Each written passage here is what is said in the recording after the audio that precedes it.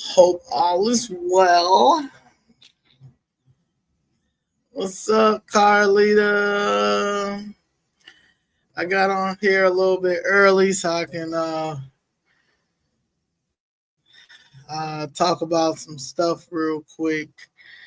I think one of the things I want to talk about first before I do this is my pet peeve with Dr. Willie Wilson and these gas and grocery giveaway.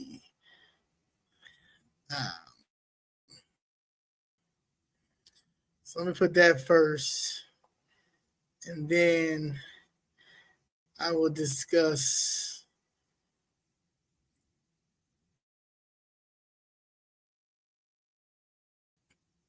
Brandon Johnson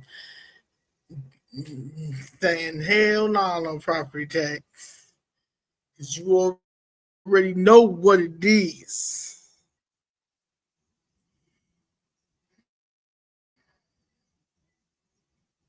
I'm going to go ahead and stay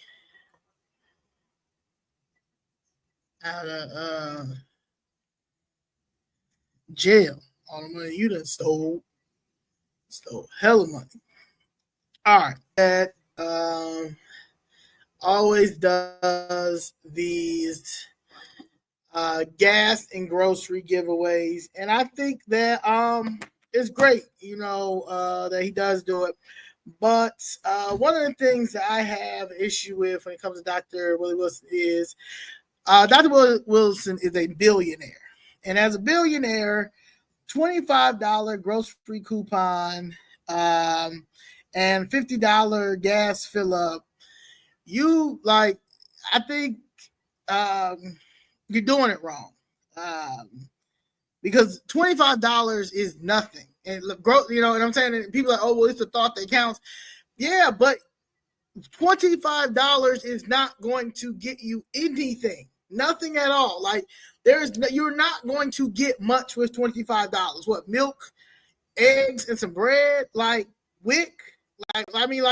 It's given WIC. So I feel like as a billionaire, I feel like what you need to do, Dr. Willie Wilson, is because you're probably getting ready to try to run for something, and they're going to let you, and I don't know why. However, you need to just get behind a solid candidate because I think you're one of the smartest business person that there is, and nobody can knock that from you, Dr. Wilson. However, I feel like you need to team up with a Costco, with a Jewel Osco, and you guys need to go to different wards, or if you're doing the suburbs too. I think some of the places are, you'll be in Hinsdale. You got a lot of Chicago.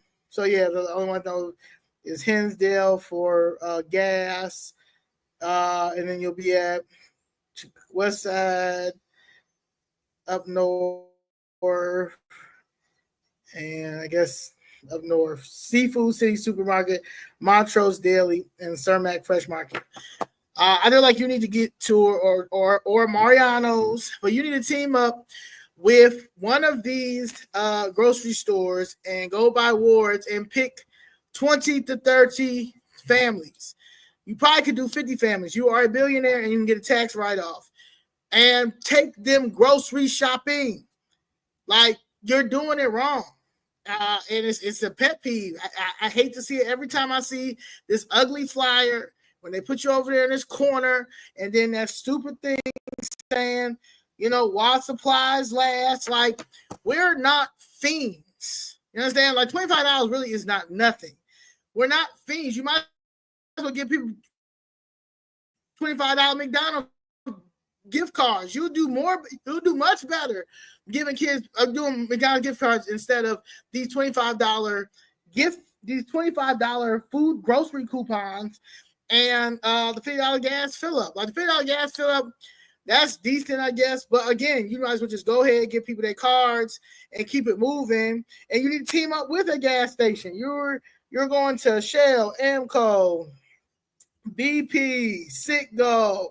Like, you don't have you have a lot of gatekeepers around you. Nobody cannot get to you, and you have a lot of gatekeepers and people who are not business savvy, don't have a brain, and got you out here looking stupid. So I really think that you need to remove those people. That's number one. But number two is team up with a grocery store, a Target. I mean, anybody. I know y'all are anti-Target right now, but something like that makes sense. You do not. You're doing it wrong.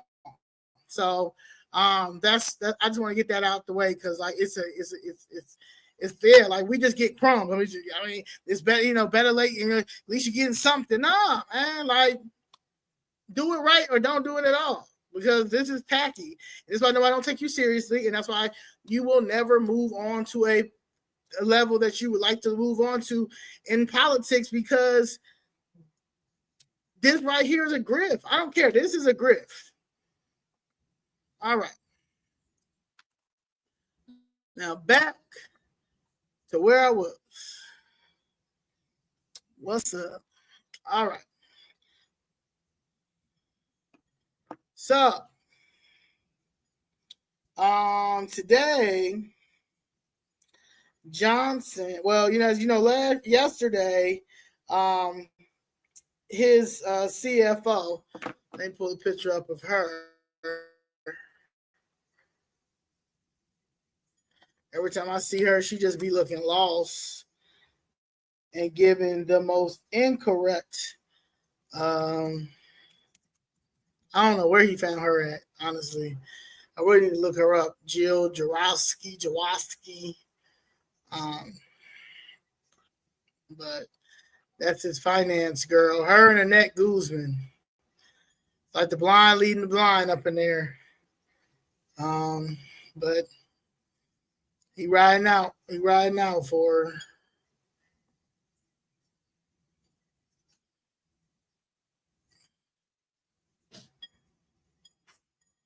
Every time it's time. Life be good. All this be working until I get on here and it starts slowing down. Slowing down. Slowing down. All right, Anna. Come on now. All right.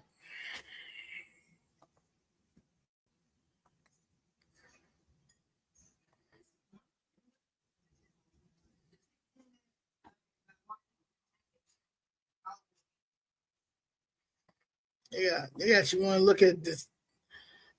They all messed up out here. They know they lost the game.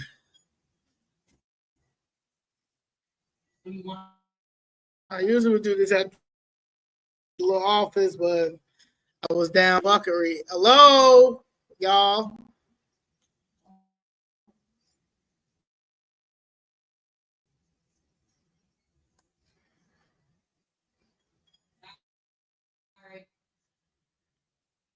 This is what happens when they won't settle our case. So we all got to want to be a boo and not settle cases and violate my mother's due process for 7 years, but want to fight for illegal aliens' due process who have no process at all. The only process they have is to go home. All right. Now, this is Jill Jaworski. That's our CFO, man. That's our CFO for Brandon Johnson administration. Okay. Hold on.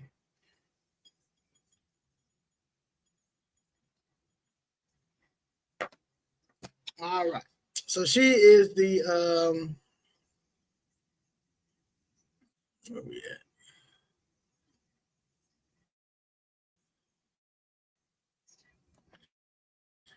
at? She's our CFO. I'm gonna read up just a little bit about her.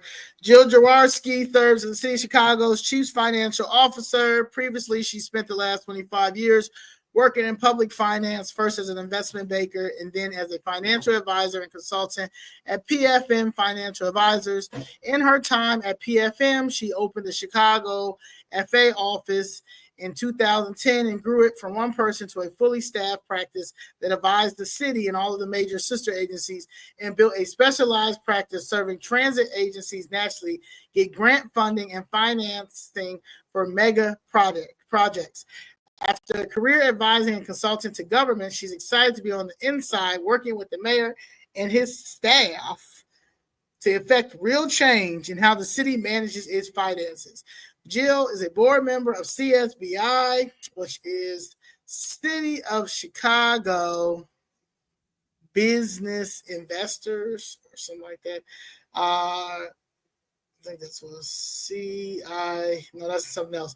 And with many students over the years, she's also a member of the Society of Municipal Analysts and a former board member of Municipal Security Rulemaking Board. Let me make sure. Let me see what this CSBI is. We all can be on the same page. I know she's doing a terrible job financing the city for the last 2 years and advising. I've been in some meetings with her. She has exactly no idea what she's doing in my eyes. But people, she is a lot of these people is DEI hires. That's just what it is. And white women, a lot of them took it over. But yeah, so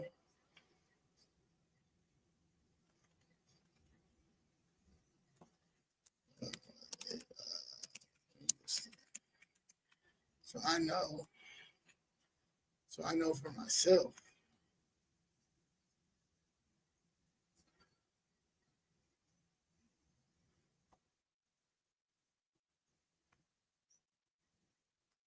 They probably made it up because it shouldn't take this long for me to figure out what CBSI is. So I'll look that up, and if you guys would like to know, then yeah. So then we're going to stop sharing this one, and then we're going to go to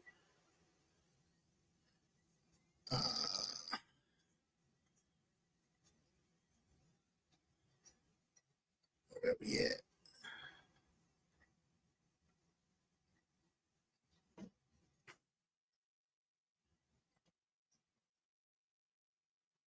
Share screen.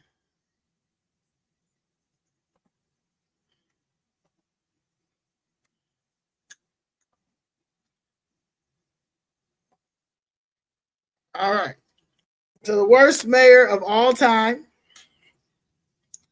Brandon Johnson.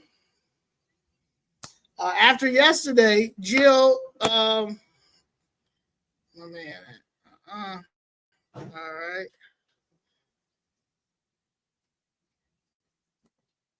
Yeah, all right.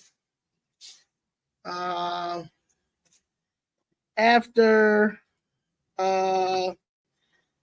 yesterday, she had announced that it's likely that it'll be part of the package, a property tax hike. But today, days after Chicago financial officer said that property tax increase would likely be included in the 2026 budget proposal, Mayor Brandon Johnson backed away from the claim. I will not be proposing a property tax increase in my budget, Johnson told reporters today at an unrelated press conference. I'm going to continue to work hard to find progressive revenue so that we can continue to make the critical investments transforming our city. During a discussion with Bloomberg News on July 22nd, CFO Jill Jaworski said it's likely that will be a part of the package when asked about a property tax hike. We haven't rolled out the full package yet, but the package is going to include cuts and it's going to include proposals for increasing our revenue. Prior to the week, the mayor had a non-committal on how he would tackle a 2026 budget gap expected to be over $1 billion. Johnson created a budget working group and hired Ernst & Young to scour the city's spending for efficiencies. Johnson broke a key campaign promise last year when his initial budget proposal included $300 million property tax hike, only to be rebuffed by the city council in a stunning rebuke, and the city council unanimously voting to reject the hike and only approved the final budget plan after any property tax increase was completely stripped away from the proposal. It really was the people. The city council was going to vote. Majority of city council would have voted for him for that. It was us, the people. The mayor pledged to find $800 million in new revenue during the campaign, but has backed away from those proposals or been rebuffed at the ballot box.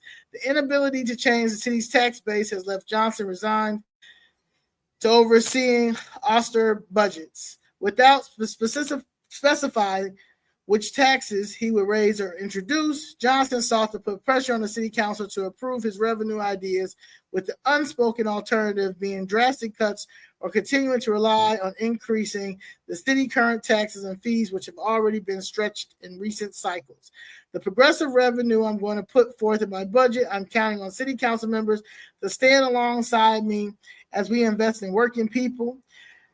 I'm going to need all of Chicago to engage with their alders to ensure the progressive revenue I put forward is building a safe, affordable city we all long for. The mayor is being pushed by some of his progressive base to reconsider campaign ideas that have been set aside his first 2 years, including a corporate head tax that will hit large companies with a per employee fee. All progressive revenue options have to be at the table, said Brian Citro Lopez. So he probably said, all progressive revenue options have to be at the table. There was a strong opposition to any kind of property tax increase that was regressive, but because we know this affects the majority of working class families across the community that are already overtaxed. That's exactly how he sounds. The problem with the head tax is it will be difficult to tell her only to hit the largest corporations. Citro Lopez said, we definitely want to make sure that corporations like Amazon, for instance, pay their fair share. But at the same time, we also don't want to push out mid-sized and small businesses that could see some serious challenges, as we have seen even in our community. With issues like immigration enforcement, the climate that the Trump administration has provided, the climate of the tariffs. Alderman Brian Hopkins second credited Johnson for realizing a head tax should be taken off the table once he took office and predicted it would remain a non-starter. I adamantly against it, and I think there's a majority of the council as well.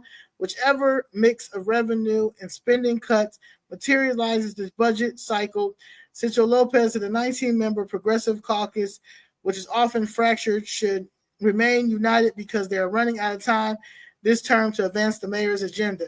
For those progressives that really believe in progressive policies, this is a time for us to deliver for the people. That 19-member Progressive Caucus, they are ruining the city. I'll tell you that. I'll tell you that. I'll tell you that. They need to spread apart. Okay. I'll get back into it. All right. Our guest is here, but I just wanted to discuss a little bit of that because that came out. Also, I saw that Pam Bondi is suing Mayor Adams, New York Mayor Adams, and the city of New York City, and New York City, the city of New York or New York City, for violating the sanctuary city. Just doing what they want to do. Still not enforcing the rules and stuff like that. So, yeah.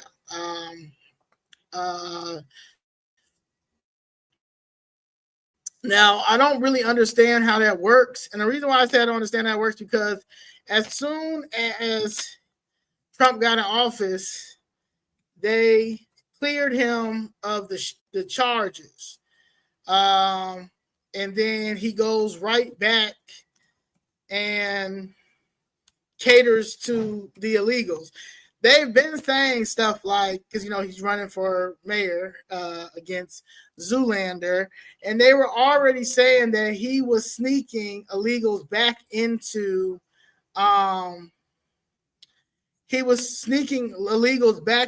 hotels there. So I'm confused on, like, I don't know. Charters probably got to go back because they say he already a piece of crap, and he shows us every day.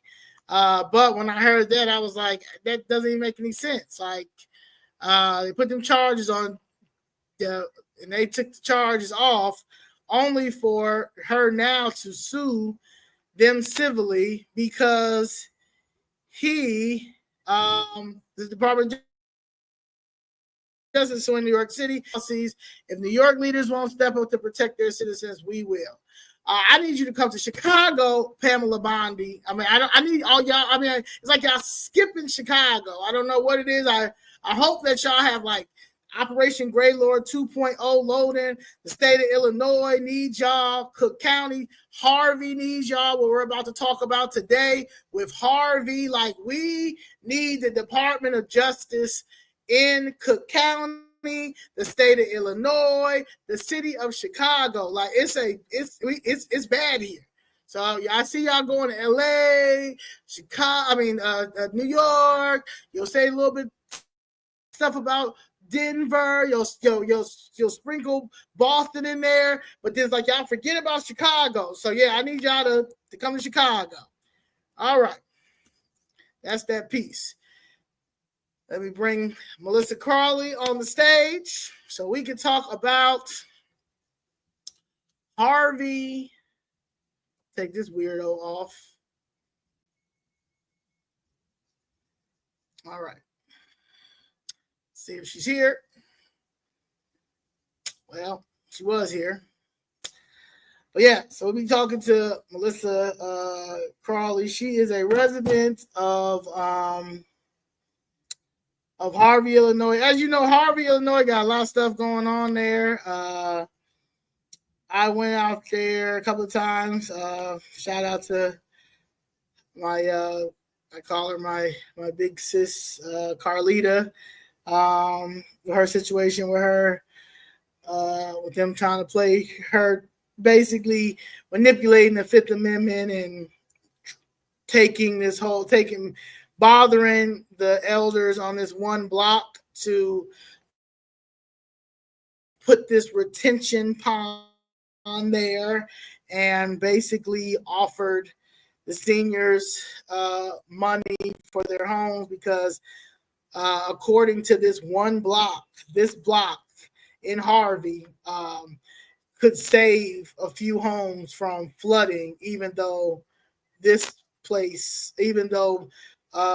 Carlita's homes didn't have a flooding problem at all. So, all right, here comes Melissa.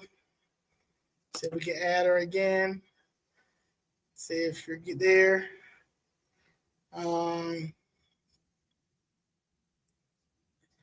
You there, Melissa?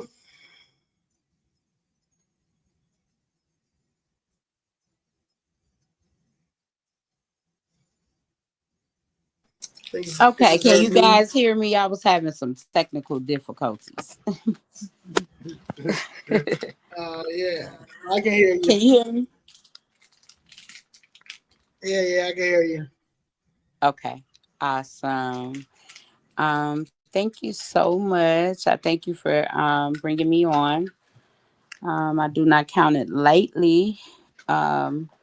We had a brief moment to speak prior to you inviting me on to share my side of the story about what's been going on out here in Harvey. So I just wanted to greet you and your people and let you know that I do not take this lightly. I have done a small amount of research on what you guys are doing, and I think that it's beautiful.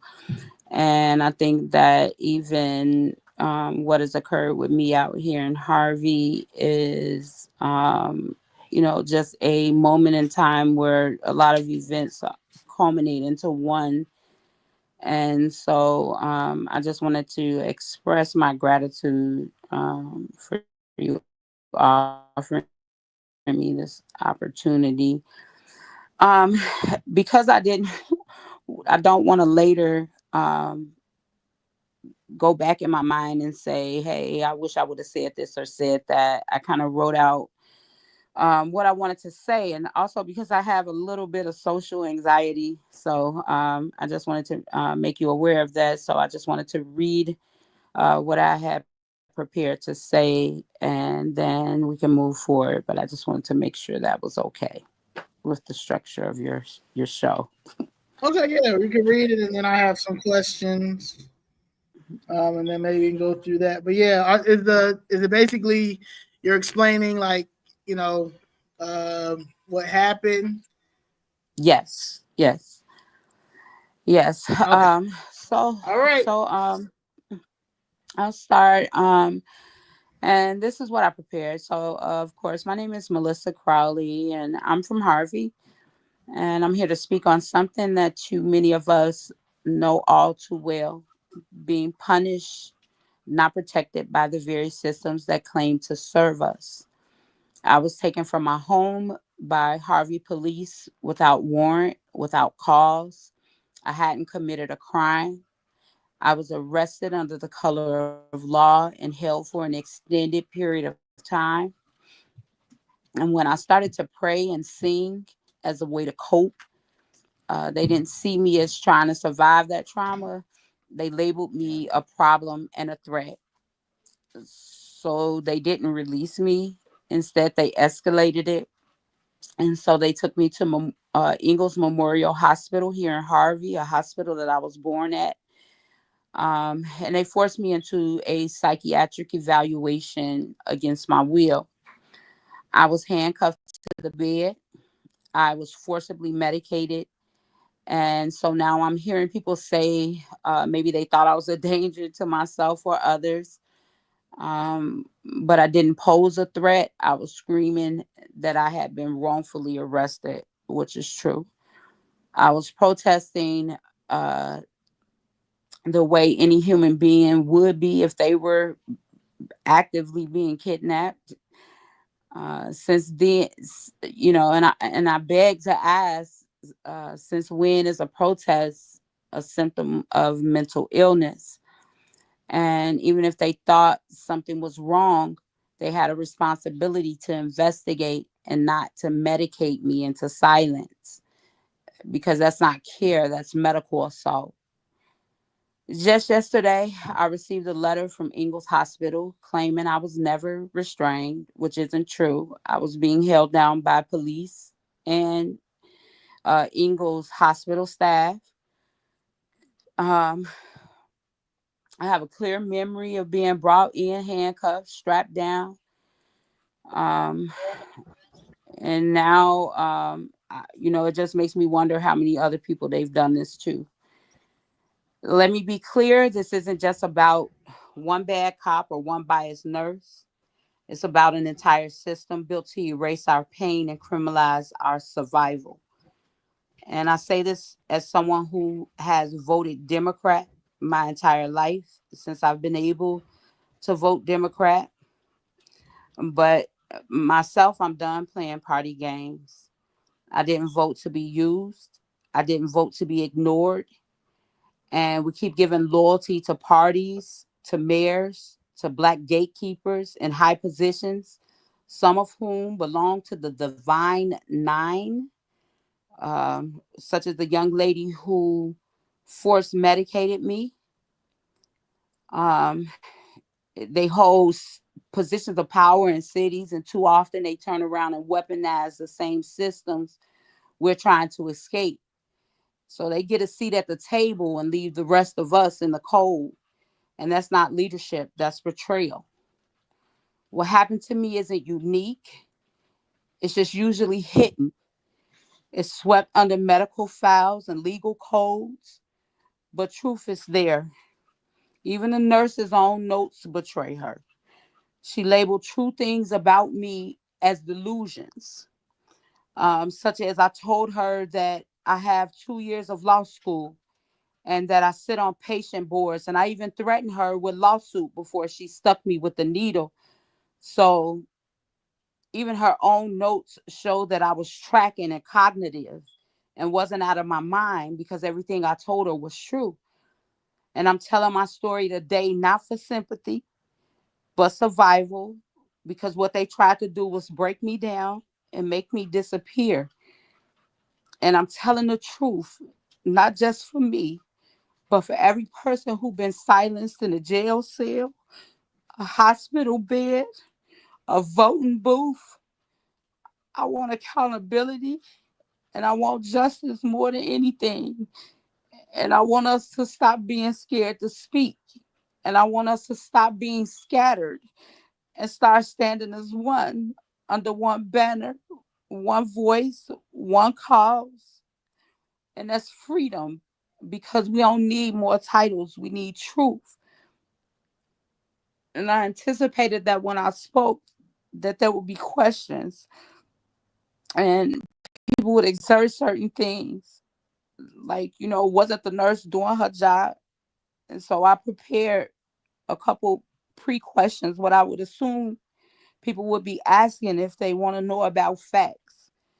And I tell you, no, her job, a nurse's job is to assess with care, is to not punish and not judge.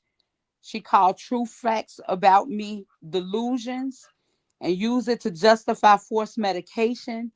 So that's medical assault and not medicine. So people may ask what I want. I want justice and accountability, and for our people to stop suffering in silence. And I want my grandchildren to live in a world where truth don't get you punished and survival don't cost you your dignity. And some might say I'm being too hard on Black leaders or the Democrats or whatever loyalty people may have to different individuals and factions. And I want y'all to know I'm not hard on them. I'm hard on betrayal. And if you use your power to harm your own people, you part of the problem. And I'm not criticizing you out of hate. I'm criticizing you because I love us and I expect better from us. And I want fellow freedom fighters to know I understand why you've been silent. Some of y'all, my friends, haven't said a word about what happened to me, and you know me personally. I understand why you silent. I know the stripping, the beating, the humiliation, and all of that come with telling the truth. And that's why God tell us outright, whoever want to be his disciple, we got to deny ourselves and take up our cross daily. And that's Luke 9:23, because I believe in the word. I believe in it. I believe in God. And this walk come with personal losses. And I understand that. I lost friends fighting in this battle out here in Harvey. But I'm willing to bear my cross if it means a better place to me, for my grandchildren, as I stated before, and for those who coming after us. And I understand how they play these political games with us, like a ping pong game. The parties, the factions, the titles, the affiliations. And we run of those things because we want better. And we want to feel like we safe. And amazingly, I even understand the Latino women, and I understand the immigrant, because I done talked to them and I done hugged them, and I see the same suffering and the common sufferings that we share between each other. And God has heard all of us too. And I believe that. And he say that in Genesis 16:13. So now it's time to draw a line, to choose the law and use the law to demand what we owe: protection from tyranny, injustice, and abuse. Because God says, woe to those who make unjust laws, to those who issue oppressive decrees. And that's Isaiah 10:1. And I didn't survive all this to stay quiet. I survived to testify.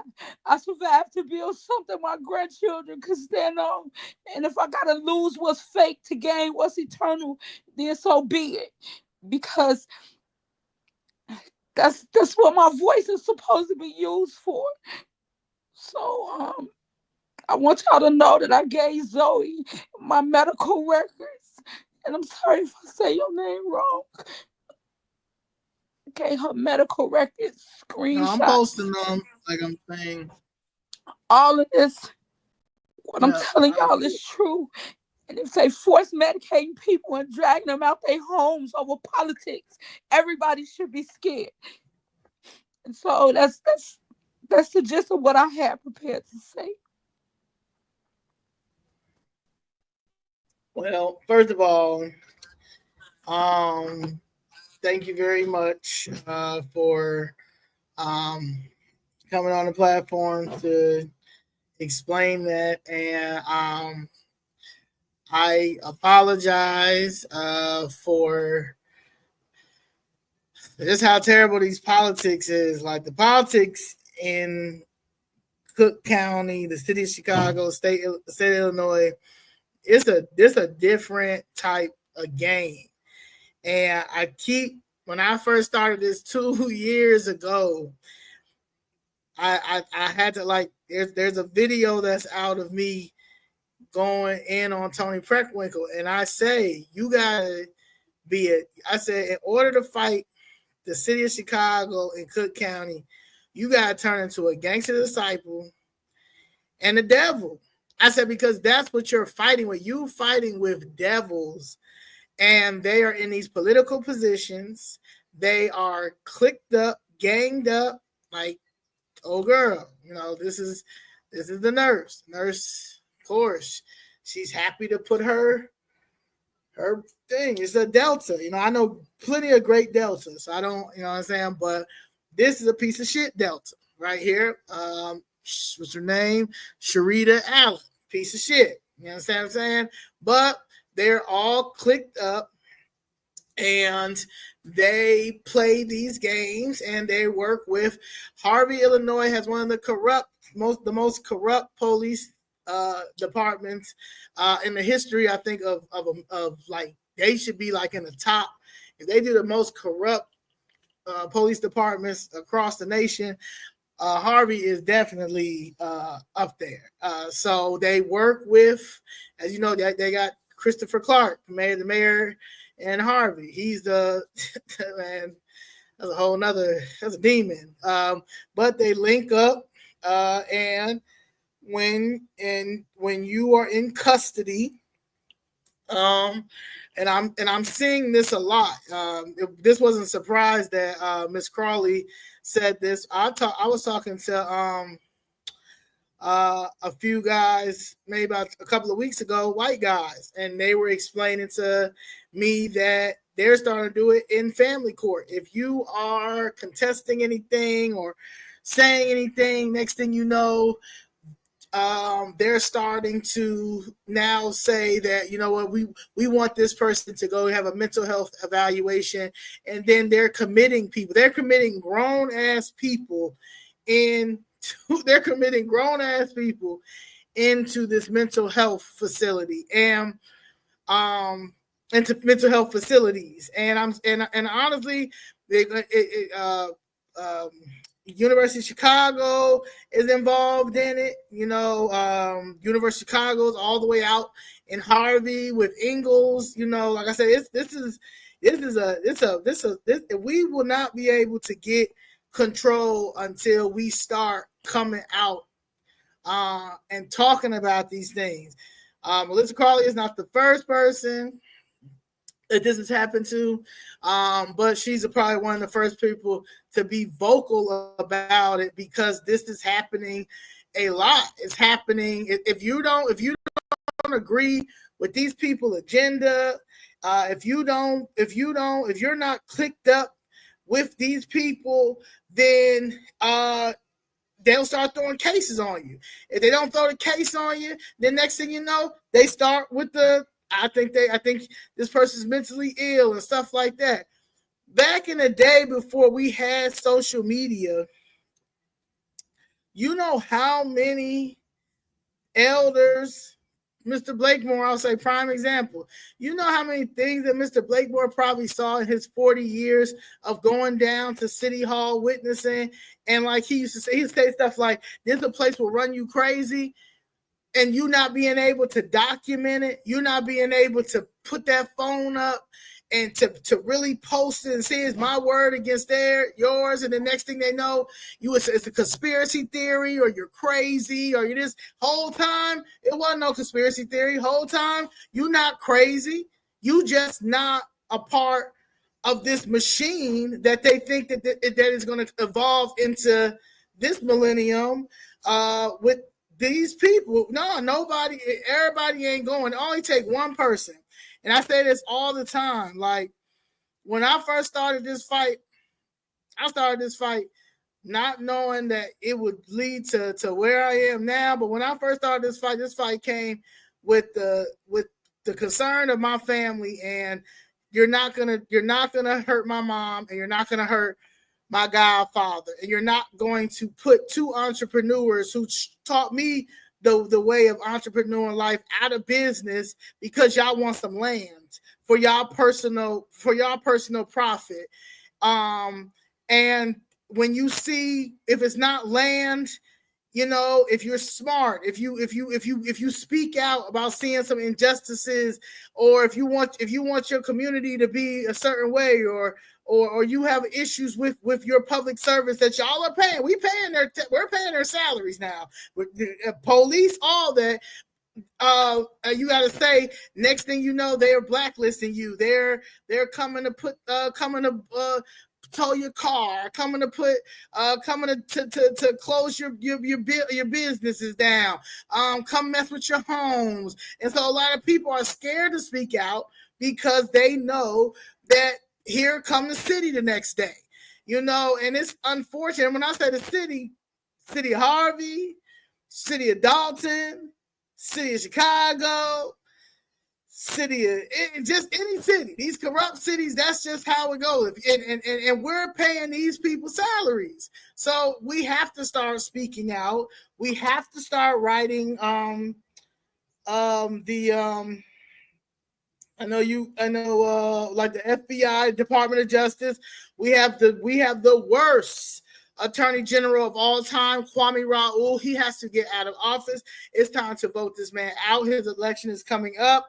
We have to vote Kwame Raoul out. The reason why a lot of these things are happening, when we have an Attorney General who is just as terrible as Kamala Harris, that's why another reason why she was not going to get in office, because the Attorney General is the most important. That honestly is more important than your governor, than your mayor, than your senator, than the House, the Speaker of the House. This is the person that is supposed to investigate corruption within the government. And if you can't go to them and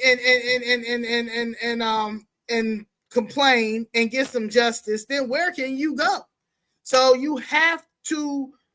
You have to start fighting back. You have to start pushing. You have to start exposing this, and then we have to start removing these people out of office.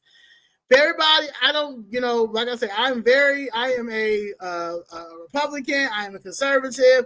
I am anything but a Democrat. I don't care what nobody called me. I will never, ever, ever, ever identify as a Democrat, because for us to have the strongest voting bloc, and we can't get no help from the Democratic Party, from the federal level to the state level to the local level, there is no point of continuing to vote for these people, because y'all just can't see yourself voting Republican and then say stuff. Well, what have the Republicans do? Well, we don't know, because we've never dedicated 40 years to the Republicans. So we don't know.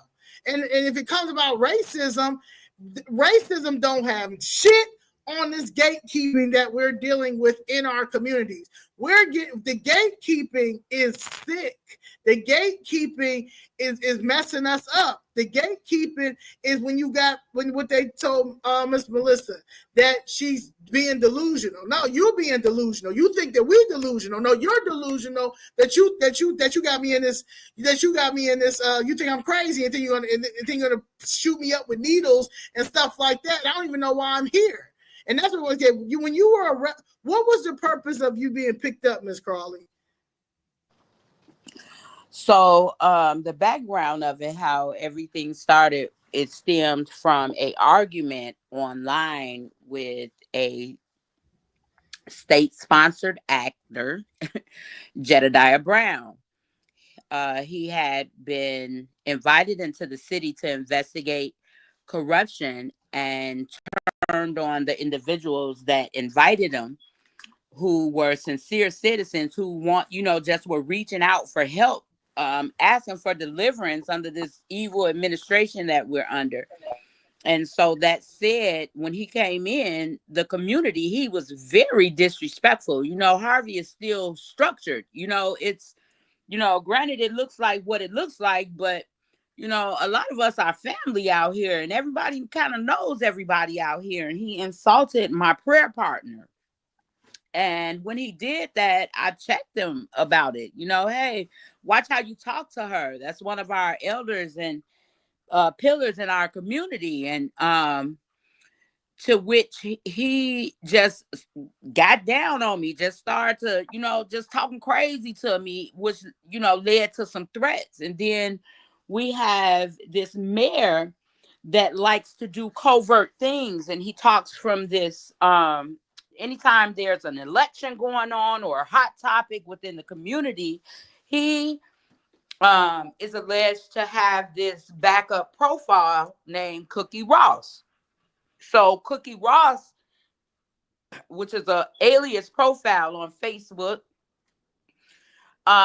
was colluding with Jedediah, threatening to come to my home. And since I'm not scary, I'll give you the address. You come over here. I believe in my Second Amendment.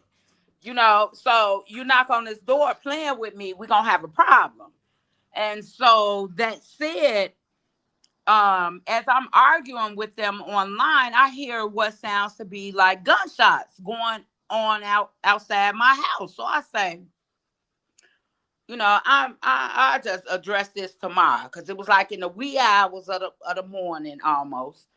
I get up the next day, so I go to Mayor Clark. First, I go to meet Jedediah because he claims he wants to meet me and discuss what happened. So when I went to the location where he told me he was going to be, he wasn't there.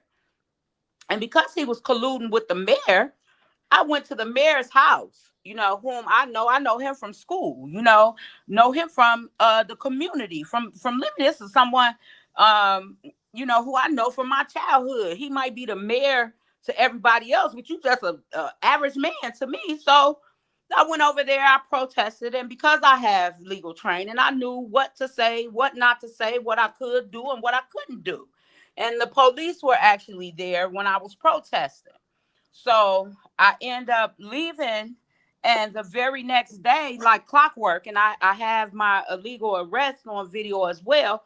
I'm in my room. I go live on Facebook immediately because I already know what's up. He had been locking my alderwoman up, Kobe Chapman, disrespecting elders in the community by taking their home. So I already knew, what I was dealing with when I did what I did. But they come to the door, I go live, and I'm like, what y'all here for? And they're like, what you did. I said, if I knew what I did, I wouldn't be asking you, what do you want? And so that's when you can see on camera, he just grabs my hand and twists it behind my back. And so they take me down. Now, what's crazy is that when I got in they didn't even have a car to take me away in. They had to call a car here to my house to take me away. So they basically snuck up on me. There was no cars. So they walked me down the block. I'm barefooted. Now, mind you, as I'm coming out the door, I wear hair wrap. So I'm trying to tie my hair wrap on, which is barely tied. So it's slipping down on my face. So basically, I rode from my house to the police station with my mouth, my eyes, and my nose covered. And I'm begging them, listen, I'm about to hyperventilate. I really thought I was going to die in the back of that car. If y'all remember, this was, I want to say June 23rd. It was a heat wave during that time. And I asked him, could he pull over and at least take the scarf off of my face so I could breathe. I also have asthma. And they wouldn't do that. So I just started praying, and So when I started praying, that's when they say, that's when Buzz Ambulatory Service shows up. And I'm like, what y'all here for? And he was like, do you know what today is? You know, just asking me all these crazy questions. So I'm like, you know what? I just started laughing. I sat down. I was like, so now y'all gonna try to say I'm crazy? And so, you know, that's how it all started. Jedediah and Chris Clark threatening me online and expecting me to sit and just take it and not respond. And what's crazy is that even this is prior to what's gone on lately. Since then, Jedediah, under the escort of Mayor Christopher Clark, has been terrorizing the residents of Harvey, riding by people's houses. People are catching them on video camera, you know, acting as if he's a city employee. He beat up another community activist, him and along with his daughter, and the Harvey police rode off, gave him a valet parking to the police station, meaning they took, instead of, this was a felonious assault, they took his vehicle and parked it for him. And if you look at the contrast when he was arresting my alderwoman, Colby Chapman, Colby for mayor, let me say that. Colby for mayor, let me say that again. When he had her arrested, he towed her car and she had to pay $1,000. But here, this man then broke somebody's finger, his eye socket. They was out there brawling like they were animals, attacking these innocent people. They got let go. I was actually held, and I left this out. They released me with no charges. I walked barefoot home, all the way from the police station to my house, stopped by the hospital that had just let me out, re-registered there, and the nurse who shot me up came walking around the corner. So I was held longer than Jedediah and his mob, than than they were after they done jumped on somebody. And so we're talking about a mayor doing this. We're talking about police doing this, And when you talk in terms of, like I had mentioned earlier about the factions and things that they break us into, the different groups and the different things that we give our personal loyalty to. I confronted ceasefire, Roseland ceasefire out here. And I asked them how they felt about state sanctioned violence. And immediately they went to my Facebook and saw me pictured with my legally owned firearm and suggested that I take my picture down, but didn't mention anything about the violence that was done to me. And so, I want us to understand that we have not only a responsibility to protect ourselves, we have a duty to protect ourselves. We can't cower in our homes. We can't hide behind these titles and different things like that and say we don't see injustice going on, because you lying and God know you lying. And so I just appreciate the opportunity to be able to tell y'all this, because a lot of people aren't able to express themselves in these ways. I write. I do a lot of things in my community. I feed people out my door. You may not see me at every meeting. I don't know all these faces. I'm just now meeting a lot of these people because they came to my aid, after this happened to me, such as yourself, such as Carlita, such as Kobe, Ryan, Amir, all these different people who have came to my aid because of what happened to me. And so, that's saying something. That's saying that we in a moment of time, if we just keep up this momentum, we can take this to every community, not just Harvey, not just Chicago. This is every community where we have these politicians who take our votes and our voices for granted. But it's not until we start standing up that we can move forward. And only way that we can move forward is if everybody on the same code. We got to get on code with one another. We got to clean our own communities up, because it's obvious that nobody coming to save us. And so I know I'm long-winded. I could talk about this for forever, because I'm passionate about it. And I believe it. And I just believe that God has strategically put each and every one of us in these places. I never thought that the first place that God would give me to even speak about what happened to me would be with someone who's openly Republican. But when I started talking to you and understanding what you were saying, none of that even mattered. You see what I'm saying? And so that's what we got to take to the greater community, because we can continue on this path and we're going to keep getting the same thing that we've always gotten, which is nothing. So, yeah, I'm going to release my mic and let you hop in.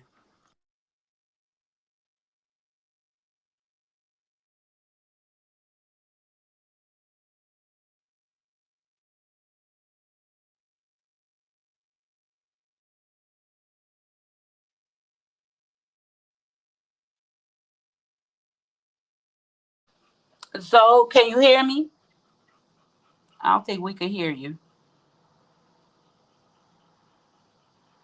I hope I haven't lost you guys. Can somebody put something in the chat? Can you guys hear me?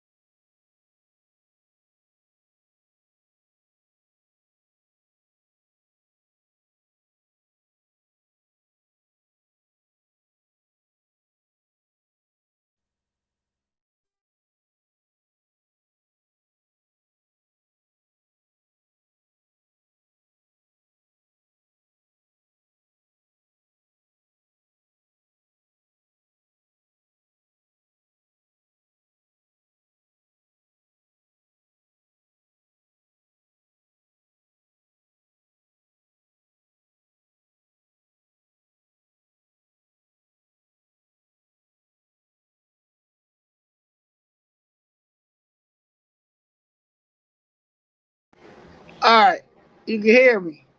Yes, ma'am. All right, I had to get crazy for a minute. All right, you hear me now?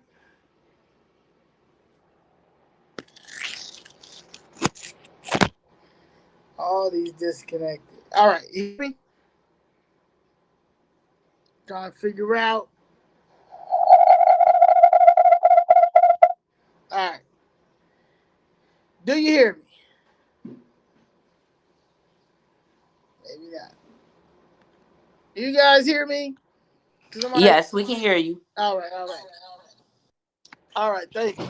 All right, so like I said, this well, I got the worst Wi-Fi situation, but so yeah, so I tried to explain to people, and hopefully, it'll start, people will start understanding. Like, my fight came because of my mother.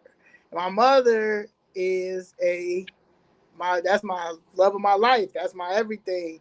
So it wasn't about uh, politics when I first got involved. I got involved because they violated the Fifth Amendment and the 14th Amendment and knocked down my family's property. My mother invested a lot of money into that building to help my godfather save it, and my godfather invested a lot of money in that building and never got a return, equity out that building. He never took out a reverse mortgage, none of that. That building was paid off.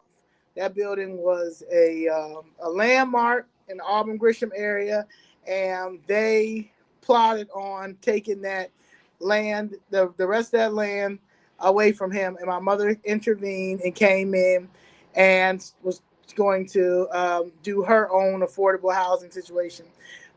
Saying that to say is, when I came into this, it was like, look, y'all owe my mother money, y'all owe my godfather money, y'all violated the U.S. Constitution, y'all violated several federal laws when it comes to unlawful demolition, and y'all need to pay up. I'm like, so I don't know what I got to do, but I'm asking y'all to pay up. So that's how it started. But then being down there for 6 months and seeing that these Negroes that are, in the words of George Blakemore, these black faces in these high places that do not do nothing for you. Like it's like it don't matter. It's like you complaining, but it's falling on deaf ears. Not only is it falling on deaf ears, they don't even want to give you a press conference to talk about the redlining that is happening still in 2020. At that time it was 2023, still happening in 2023. Like there's books about redlining. The Dan Ryan was built off of redlining. Like, how are we in 2023 and we still redlining? And when you come down here asking these people about the Constitution, none of these elected officials know nothing about this Constitution, and they took oaths. Like, I'm confused. So it took me 6 months to see that the Democratic Party is the problem, and we are the problem because we keep voting for these people. And we keep voting for these people for what? Because when you have a real life situation, you can't get no help unless you are part of the boule. You're part of the elite. You're a part of the cool kids. I call them the popular dummies. Like, y'all was popular in high school. I was very popular in high school. Now we're 40s. Like, we're in our 40s. Nigga, what are y'all still on this clout from high school? Like, these real life issues that people got. They taking properties. They're taking land. They're displacing us. People have real life issues. They're coming to the people that you think that are the public servants. They're in this job for public service. I go back and look. I'm very good of going back on somebody's page and looking at their mission and what they ran on. And I'll go back and I'll say them words. I said, didn't you run on transparency? Didn't you run on, ending corruption? Didn't you run on that you'll be that open door policy? You'll be the first one to help. So why can't you help with this, or why can't you take it to another level? You know what I'm saying? See, it's difficult. But when I see I see the white people taking care of the white people. I see the Hispanics taking care of the Hispanics. I see one Jew where I'm in the city of Chicago. I see one Jewish alderman taking care of a whole ward. I see one Asian taking care of a whole ward, and then we got 20 black aldermen who can't take care of nothing. So I'm confused. I think we lost Melissa. Hopefully she comes back, Miss Crawley. But that's the reason why I got into this. And like I said, I will never ever vote Democrat. There's nothing that will make me vote Democrat. Like, honestly, like, I can't. Like, to see the demise in our family, to see how they ignore our elders, how I see how they're giving us crumbs, but you expect our vote. Our vote is worth a lot of money. A lot of money. Our vote is worth a lot of money. So if you're not going, and we don't have to give you, and that's one of the things, like, these people be selling out for, $5,000 donations and da da da. I don't have to do any of that. If you need the black, in the city, as an alderman, 20 black aldermen in the 20 black wards, you need the black vote in order to stay in office. So if I got an issue with anything, the 20 of y'all should be trying to figure it out. The 20 of y'all should be trying to figure it out. In 2 years, they could not figure out how to help myself, how to help Ms. Jessica, how to help Michael Young Bay, how to help Taiwan Sims. No, they could not figure that out at all. But you have an attitude with us coming down there every day consistently, and then letting you know, look, if y'all don't, well, my thing was, if y'all don't settle my family's case, I'm flipping Chicago red. And the reason why I'm flipping Chicago red is because this is the worst customer service I've ever had in my life. I would never, ever, if this was a restaurant, I would never go back. I would never go back. I've been to some of the most expensive restaurants in the country. If I don't like my food, they give me I don't have to pay for it. They'll give me big gift cards to come back. All the hospitality is the best thing ever to make me want to come back. Black businesses, I love y'all, but a lot of these black restaurants, they don't give you that type of service. And it's the same thing when it comes to politics. Why am I going to continue to vote this way because they black and don't do anything, black and don't have no answers, black, and if you say something, they retaliate. Right now, I'm being retaliated by the whole city of Chicago, the Brandon Johnson administration, and my alderman, the alderman that's where my building was, because I spoke out, and I kept speaking out to the point that I just started going in on them. So now it's like, well, shit, if I'm not taking care of it. Okay, so if you're not going to take care of it, then I'm gonna get the people in office so you guys can be removed from office, and we work on building a Chicago that makes sense again, because it's not making sense. Cook County, we need to get Toni Preckwinkle out, because there's no reason why Kobe Chapman could not go to Toni Preckwinkle and have a meeting with her, Christopher Weird Coon Clark, and Toni Preckwinkle and Kobe Chapman, and to figure out a solution. She is a politician. She is a political figure. She is a political figure in her hometown, in the city of Chicago. She's young. She's very liked. There's no reason why Toni Preckwinkle did not come and try to find a solution with that. As far as I've seen Ryan come to Cook County Board meeting and ask Toni Preckwinkle for help, and ask the commissioners for help.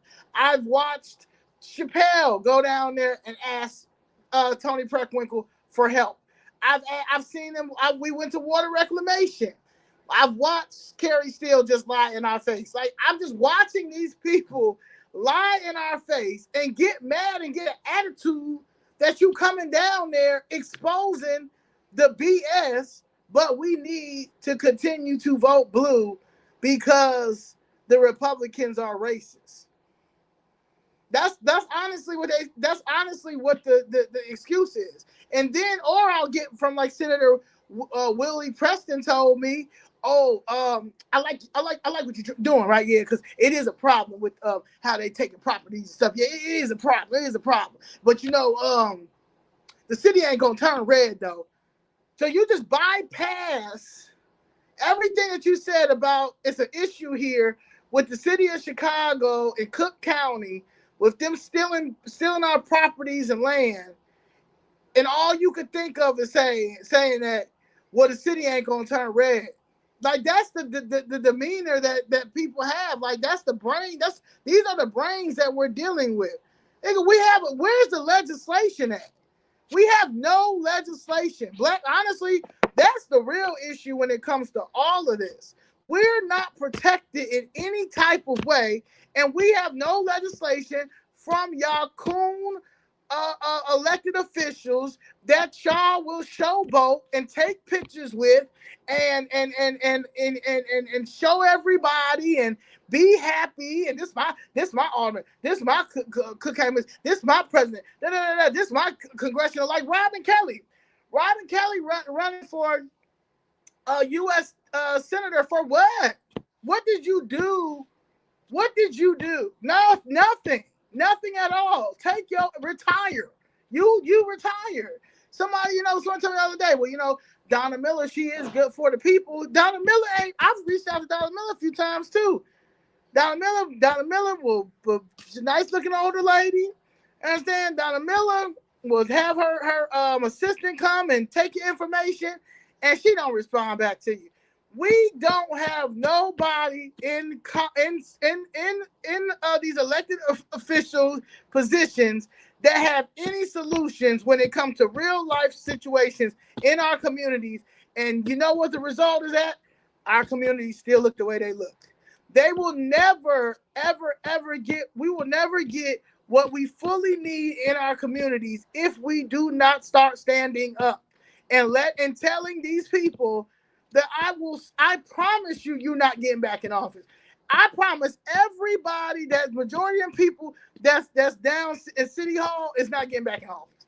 I know for sure they're not getting back in office because I'm going to make sure if I got to do a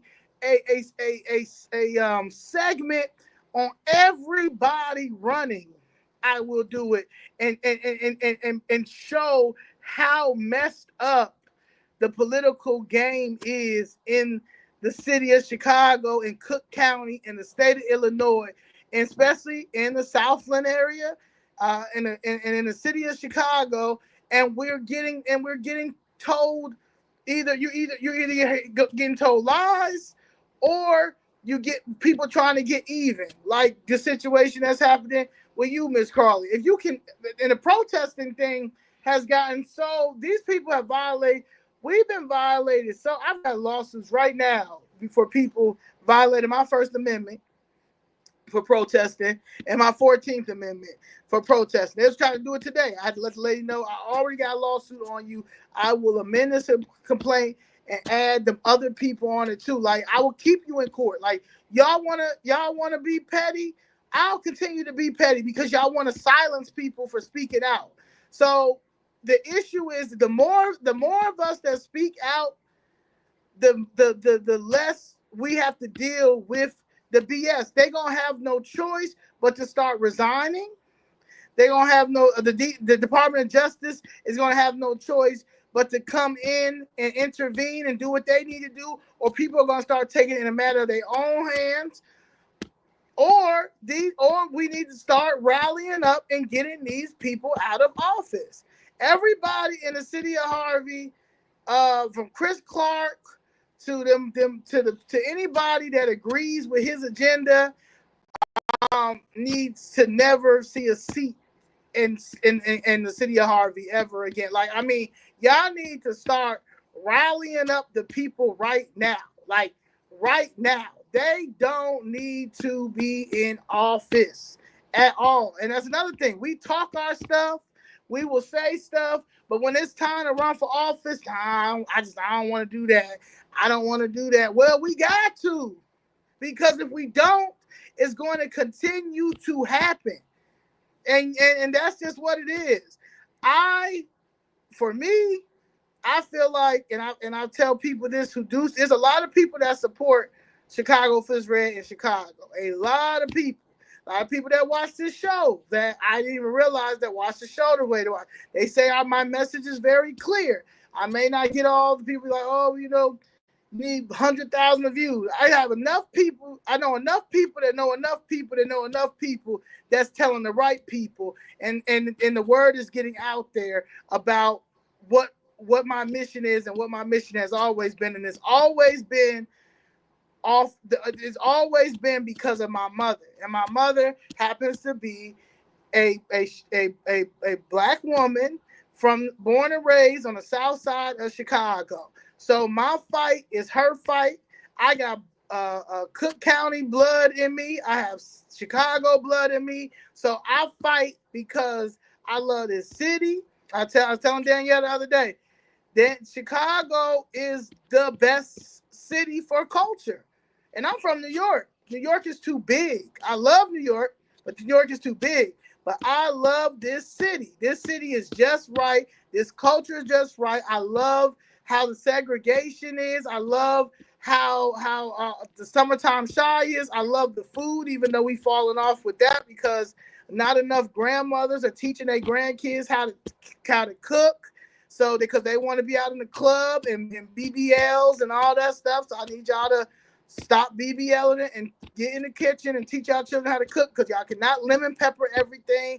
Y'all cannot continue to put all this green stuff on it and think that that's just going to be it. No, we need real cooks. However, we have to save this city and we have to save Cook County. And the only way we're going to ever to send a clear message when it comes to this is to vote red. I don't care what nobody say. They're the Democratic Party. They need you need to send a clear message. They don't care about this in the city of Chicago and Cook County. These people are not voted in because they are for the people. These people are installed. Timothy Evans, see now Timothy Evans. The judicial system is going to continue to be messed up because look who's over it. Timothy Evans, who is part of this machine, been part of the machine, probably was part of Harold Washington's death if you want to keep it 100.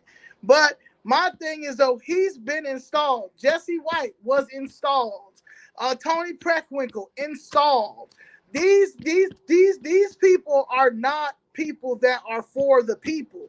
They are part of the machine that is dead. To me, I feel like the machine is dead. This new machine is trying to be built, but these people so dumb. You got half the aldermen in my city that stay day partying while their wards are blowing up in flames or getting invaded by a whole bunch of illegals. You got the new police, the new police that's coming in who don't want to do their job, so they don't do anything. They need to all be fired too because the police in the city, and clearly Harvey, they've been corrupt for a long time, but it needs to be revamped all the way around. And so that's why I'm calling on the Department of Justice. I saw Ms. Crawley, you wrote a letter to who is it? Let me see. I just want to make sure it was the U.S. Department of Justice, the Civil Rights Division, the FBI, Chicago Field Office of the Attorney General, who does nothing, the Public Integrity Bureau, the Office of the U.S. Attorney for the Northern District of Illinois, the Cook County State's Attorney Office, and Michigan Department of Correction, 36th District Court. And that's honestly what you have to do. You have to write letters. My mother has taught me how to write letters ever since I was a child. That's why I don't take, it's policy. If it's not in the policy, I'm suing you. You understand? If you're violating my rights, I'm suing you. Like I'm going to continue to sue because that's the only. And if we do it as well, if we keep jamming up the court systems, that's another way that that will be heard because our rights are getting violated left and right by people who took oaths to get in office. That's how you know these people are installed. These people are not for us. And that's just what it is. Shout out to this promoter. So yeah. So that's green stuff. Parsley. Yes. But yeah, I'm sorry. And I'm if I sorry, could Melissa. hop in, I agree. I totally agree with you, but I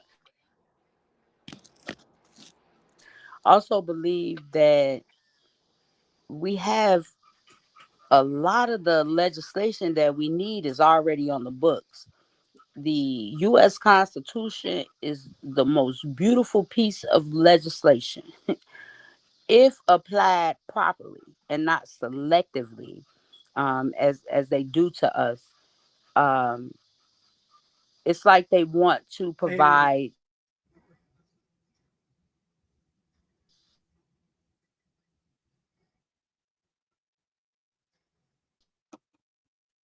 constitutions, but they don't want it to apply to us as Black people, African Americans, Negro, or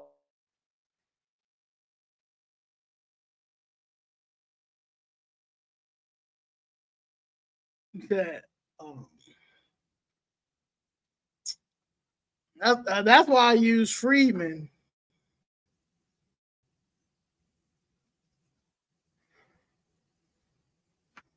modern times. Um, and there need to be immediate triggers. If we're serious about justice, there need to be immediate triggers that would prompt agencies like the FBI and the Attorney General and those who are supposed to oversee our rights. I believe that there is some conduct that we should have. um, there are some things in black and white that we should have, that certain conducts triggers this automatically. We shouldn't have to write letters if it's already a law. I shouldn't have to introduce myself into bureaucracy and red tape in order to have what you say is mine. We need to make it comfortable for even those police officers who say, um, uh, it's just one bad apple. Well, I'm gonna need some of the good apples to start speaking up and upholding the oaths in the Constitution that they say. What happened to me happened in front of a room full of mandated reporters. What happened to me happened in front of a full police station with licensed officers who could have intervened at any time. So when we have these these different um pieces of government that is supposed to help us, but they aren't functioning, we call these numbers, like some of the numbers that I put in the information that I provided to you. You can call some of them numbers, you can send a letter to some of them emails, and they don't even work, or people just never call you back. And so and I agree with you when you say that. That's exactly what's happening. And that's why it's worth us sitting down and discussing things amongst each other, because I think that there are certain times when the conduct of government is so egregious towards its citizens that we absolutely need to withdraw from it Yeah, and begin yeah, to take care of. And so when we draw away from their shenanigans and things that we do, when we start taking control of our communities, ourselves, and restoring basic order, basic respect, basic dignity towards each other, I believe that, naturally, um, the laws and things like that will change and begin to bend towards the will of the people. But we got to get a basic level of respect for one another. Like those sororities and fraternities and things like that. Those that was built for us to be able to build community. But we've gotten so far away from what community actually is. People really think community is the 10 people that you talk to every day, if that. That's not community. Community is when you take into consideration everything and everyone around you. And me myself being a lover of the law, I study law. You talked about the viewpoint, how they're suppressing your freedom of speech. I actually wrote a brief on that. I was arrested. I was in college in Winona, Minnesota. I was arrested for basically doing what I did with Mayor Clark, which is protest, speak up, dissent from some racist things that were happening to me there. And I fought a misdemeanor for 10 years. because they framed me. I went all the way to the U.S. Supreme Court. I had a law struck down. So Christopher Clark, what's interesting about him is that he is supposed to be an officer of the court.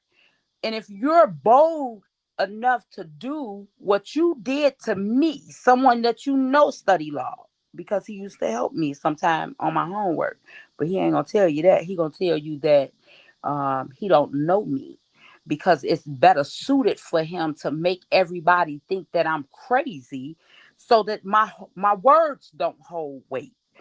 But I want to tell you, I'm already in the law books.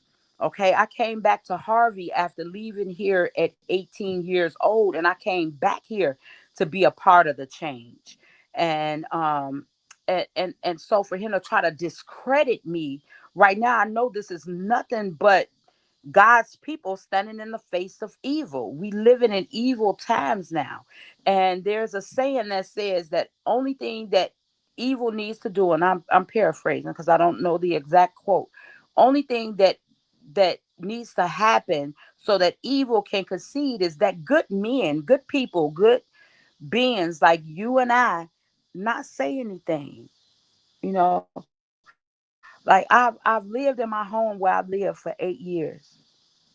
And I talk to these teenagers that walk past here, and I watch them. They minds open up when somebody just talk to them. Hey, how you doing?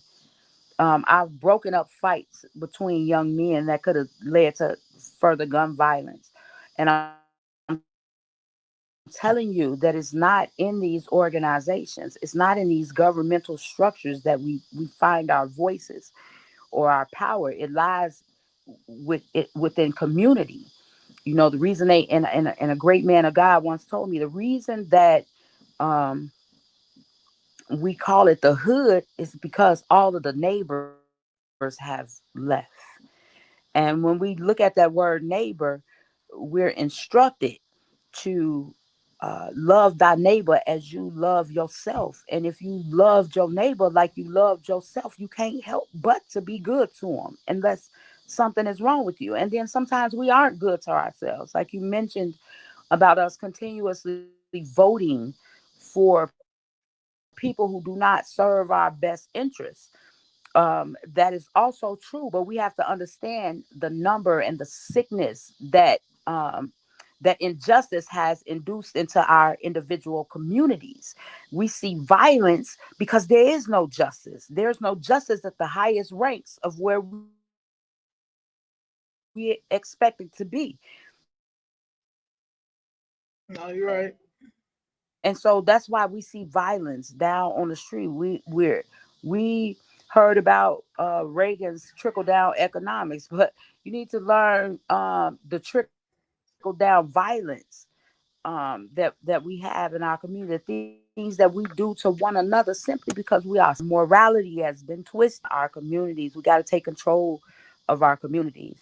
And I think that that's my biggest message that I would like to lead and show it is for us to stop this. They gang banging too. They always had red and blue.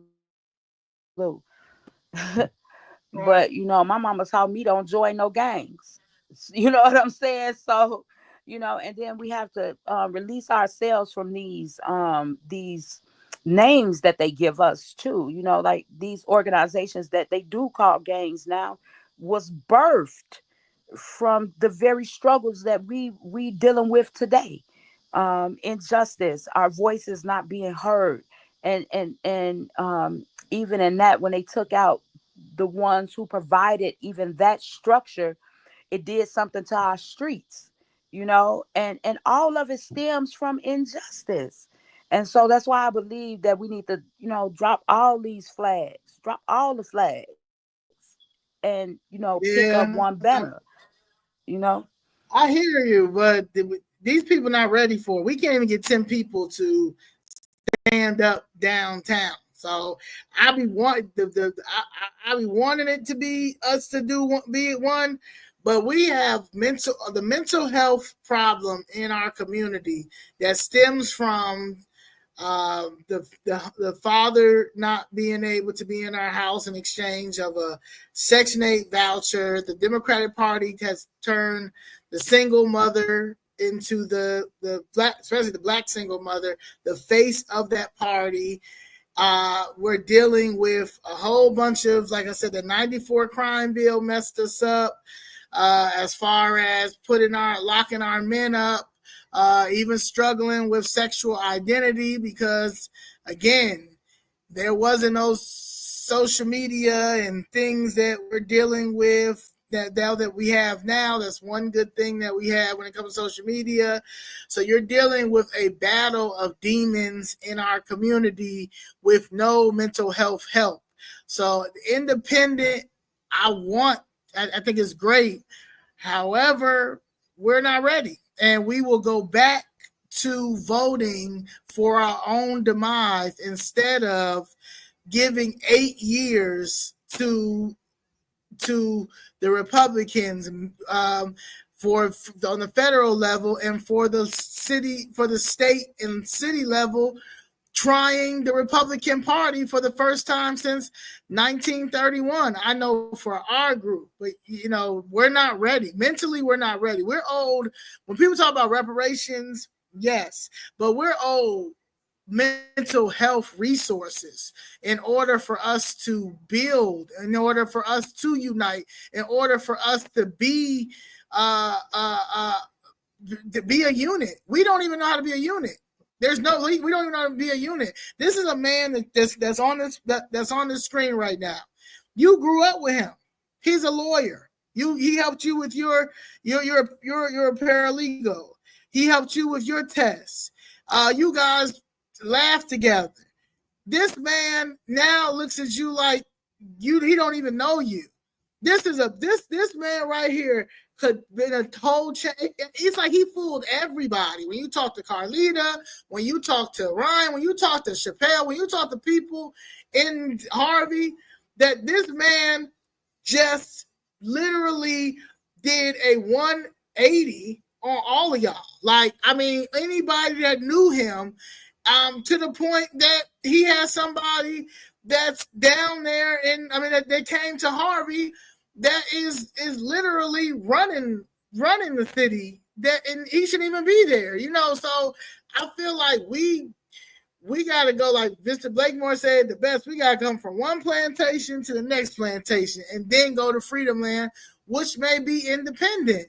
However, right now, the Democratic Party, to me, is our worst enemy, and the Republican Party has not done nothing. Nothing in my adulthood. I'm 40 years old. I'll be 40 in January. That now that I'm in the politics and now that I see what's going on, that I can't not try it out for 8 years to see if it works for this city, for the city of Chicago. I don't know what Harvey going to do. I don't know what other Southland is going to do, but I know the city of Chicago has to turn red in order to stop the bleeding, in order us to stop getting kicked out, being not heard in the government. Like, we have to get in government. That's one of the things that people just don't want to do. We have to get in government. And I think a lot of people think that we have to get political science degrees. We have to do that. No, we have to have the will. I agree. Yeah, we have to have the will, but we have to control this narrative. But we have to get in government. Like, I don't care if a person want to run for independent. There's a lot of people you can run independent locally. You're most likely gonna win. You understand? Because you're really picking if I ran as a Republican, it's a lot of people that don't rock with the whole Republican, but they'll vote for me because they know the person that I am and how I am. So they'll look beyond my political, me being a Republican and what everything comes with it, because a lot of people, Republican just means white supremacy to them. When I think white supremacy to me is Joe Biden. White supremacy to me is Bill Clinton. White supremacy to me is the whole Democratic Party, the white liberal, that Malcolm X warned us about in the 60s before I was even born.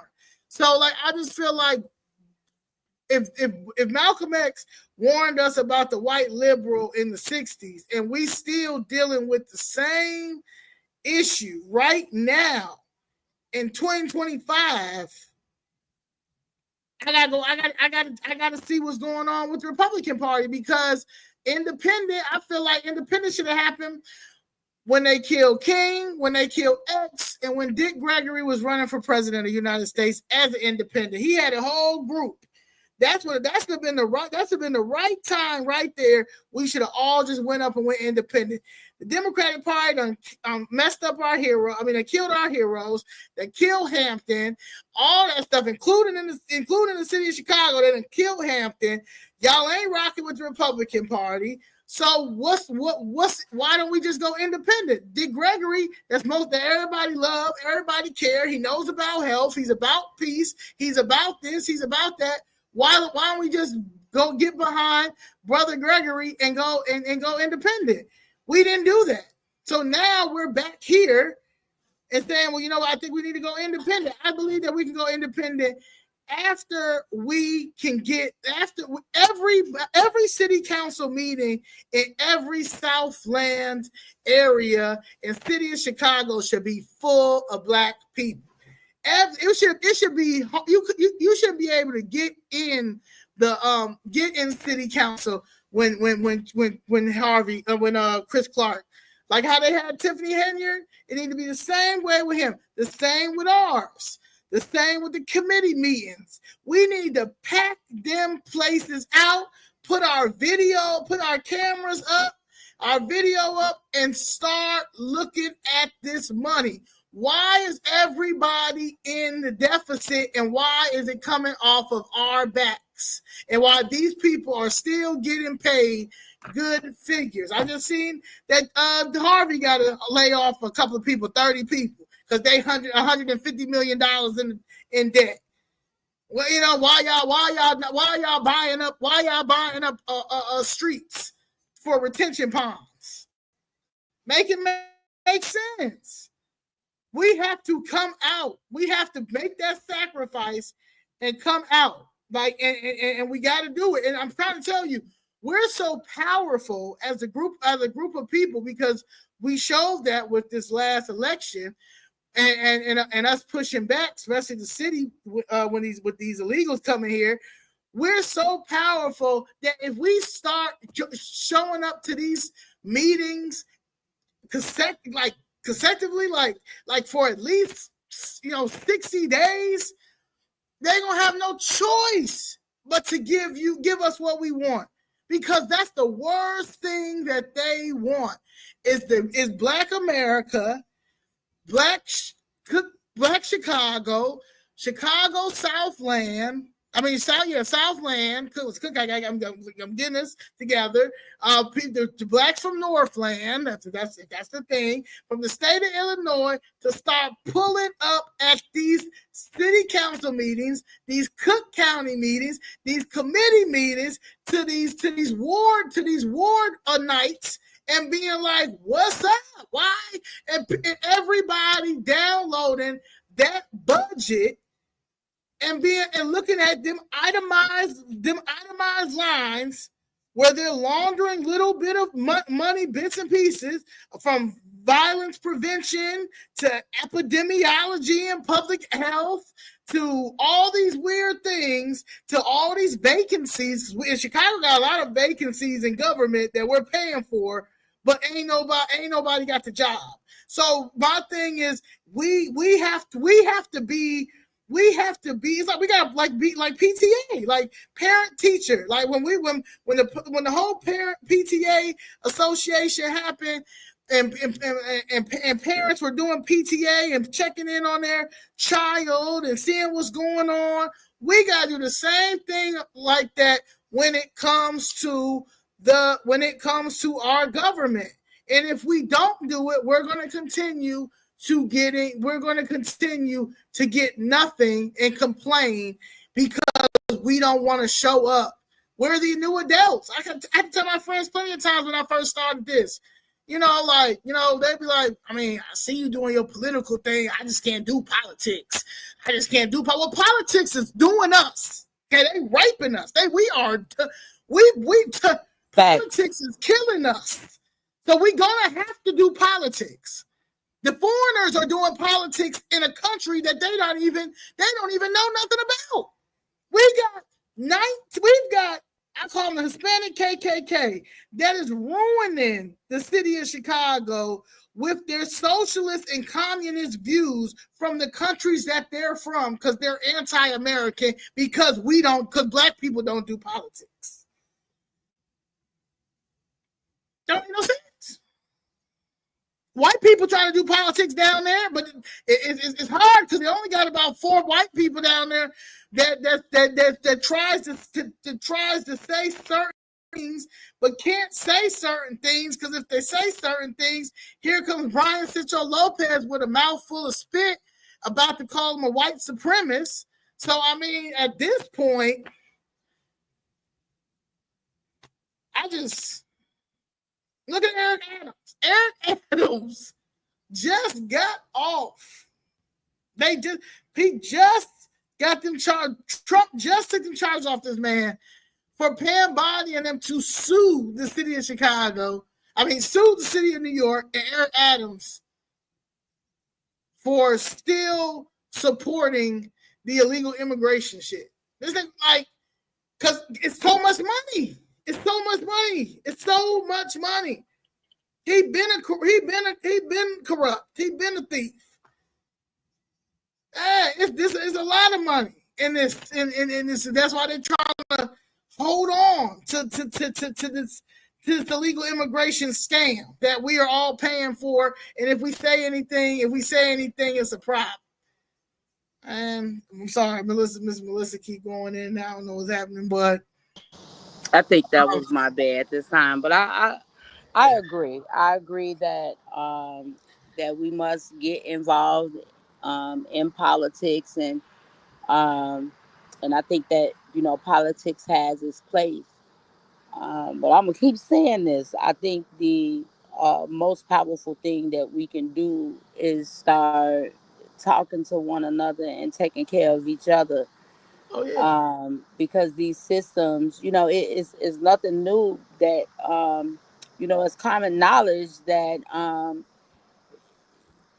these parties, these people, these facets of government has long divested from Black communities, especially poor Black communities. They've divested services. This is why we can't get something simple as beautification within the community.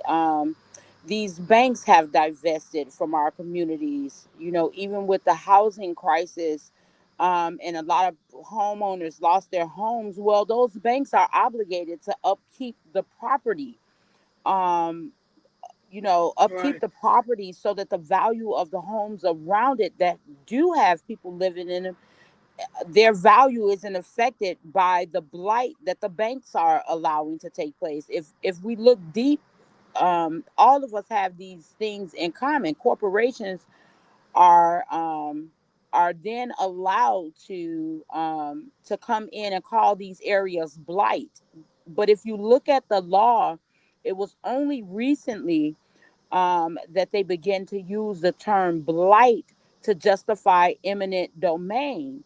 When eminent domain was at its height, when it was introduced, it was initially had public interest in it, but increasingly more we see that the courts are allowing that term blight to be thrown around, and this is how they could come in our communities, and investors have whole political parties, because when I think of this, I think about when and we're going through it, but in the past when we were talking about mass incarceration, there are um, whole groups that buy legislation, that buy legislators to pass certain laws. That is how we got caught up in the so-called war on drugs, because they played on something that was broken in our community. They got, if we look, we'll look at, if we look and take an honest look at what happened,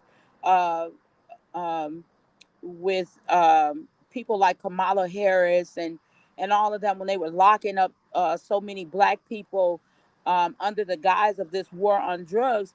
But we forget that, that when all of that was taking place, it was our own community, our own church leaders, our own activists were saying and requesting that the government come in and do more. Well, they did come in and do more. They did more locking us up than they did rehabilitating us. So they too are responsible for removing the fathers out of our homes, the increased violence on the streets. So it's always going to be my position that we need less government in our lives and more love between each other, because like I said, when we start treating each other better, these laws will start to bend towards the will of the people. But when they create these scenarios where it's dog eat dog, it's only the strongest survive. But I'm concerned about the weakest among us too, because one day I won't be able to walk and talk for myself. So I have to, you know I have to prepare something better for the future, of my children and future of my community, so that I know, should I become weak, because it's all gonna come full circle, that I Hmm. have people who have morals, who won't allow me, to be taken advantage of when I'm in that state, such as, what's happening with Carlita's father. This is his golden years. He shouldn't be packing up, moving to a new house. He fought hard for that house. He worked, sweat and blood equity in that home, and his family should not be moving right now simply for a pond, when there are several places in this city where he could have built that pond and didn't have to move anybody. And going back to what I said about the Constitution being a beautiful piece of legislation, when we stop allowing these attorneys to collude among each other to decide what cases they will and they won't take, then maybe we can have some real justice in this community. But right now, the real power is with the pro se filer. Unbelievably, it's going to take the pro se filer to go in there, because you know how many times we get re-victimized by simply looking for help. We got to call an attorney and tell 10 attorneys the same story over and over again, and only for them to tell us, no, I can't take that case. You know why? Because they got a computer. It's a system that they have where it shows them what potential, I forget the word for it, conflicts of interest, and they can simply click on something and say, no, don't take that case because my donor is the head of this organization, so I can't take this case. And then it's always the thing, and you can ask anybody in this audience who has ever called and asked for legal assistance. They'll tell you the first thing they do is recommend, after they tell you no, you tell them your story. After they tell you no, Yeah, they take they go to say the go bar to the bar association association. They that refer you don't to the do bar nothing either. association. I called legal aid 8 years ago one Oh, time when I got here, and they ain't called me back yet. So that says something. That says that these people don't respect us, and I don't think that it's necessarily just the Democrats and Republicans. I love your idea to flip Chicago red, because sometimes people don't understand until you hit them pockets, because it is the love of money that is corrupting the government. They have enough to take care of the people. You mentioned Fred Hampton, and the Black Panther Party, the Honorable Chairman Fred Hampton. I put some respect on his name. He, when he organized the food and breakfast program here in Chicago, it was a contradiction, because how is it that this small group of people is having such a large impact on those who need, when they have less resources than the government who claims that they speak for the people? And so we still seeing these same things over and over. Of course, we're gonna continue to see Malcolms. We're gonna continue to see um, MLKs, and we'll continue to see their names thrown around in the name of justice. But the people that's using it lack the integrity that these people had to show and lose their lives for. They lack that. But they know that it tugs at the heartstrings of the people, and so they'll continue to hold them up as banners when they don't believe not a word, just like people do with the Bible. And I'm gonna specifically say it because I'm on here to say it. Like Jedediah and his mother, the church is mighty quiet about what happened to me. And we're talking about someone who believes in true religion, taking care of the fatherless and the widows and those who can't speak for themselves. You see what I'm saying? But the church becomes silent when when things like this happen to even a believer such as myself. I never claimed to be perfect, but I know my God is. And I know that if you were speaking on his behalf, the things that you should be saying, like the Bible says, you know them by their fruit. Well, what are we seeing? What are the fruit of these individuals in our community? More crime, more poverty, more hard times, more people being down on their luck. And so we know that something is terribly wrong here, and to continue to see this, just going back to what I said about the divestment of government money and services to our communities is intentional. It's not something that just happens as a byproduct of something else. This is intentional. They are intentionally making a decision not to come and help us, not to send funding to us, to withhold funding to us. Just the sheer fact that our school systems is based on taxes when we have some of the worst undervalued homes. Even if our homes are worth certain amounts of money, they have a way of making it where it's not. So we never even really get the full enjoyment and benefit of home ownership because there's always somebody there waiting to take it from us in some kind of way, shape, form, or taxes, be it taxing us out of our homes to just allowing the communities in which our homes exist to just become dilapidated and uncared for. Because who would want to come and build a business in a place? Well, I'll tell you who. And since we on the subject, places like Amazon, who I'm embroiled in a battle with right now, violating every right that I have. But we're battling these things in silence, and they make conditions for us so bad that we give up the fight before we even get to see the victory line because we have so much opposition in the extra stuff that get thrown on us. And to be able to balance that with what we actually have going on in our everyday lives. Yeah. So this conversation is long needed. We keep talking and keep bringing up these issues in our community. Else we're gonna forever be where we at right now. I suggest people start, ask your neighbor how he doing. Ask your neighbor how she doing. You see a kid, talk to a kid. You see somebody not having a bad day, encourage them. These are just little things that we can do to start healing our community. We got to stop looking at each other like we're the enemy. That's like beating a child because they sick.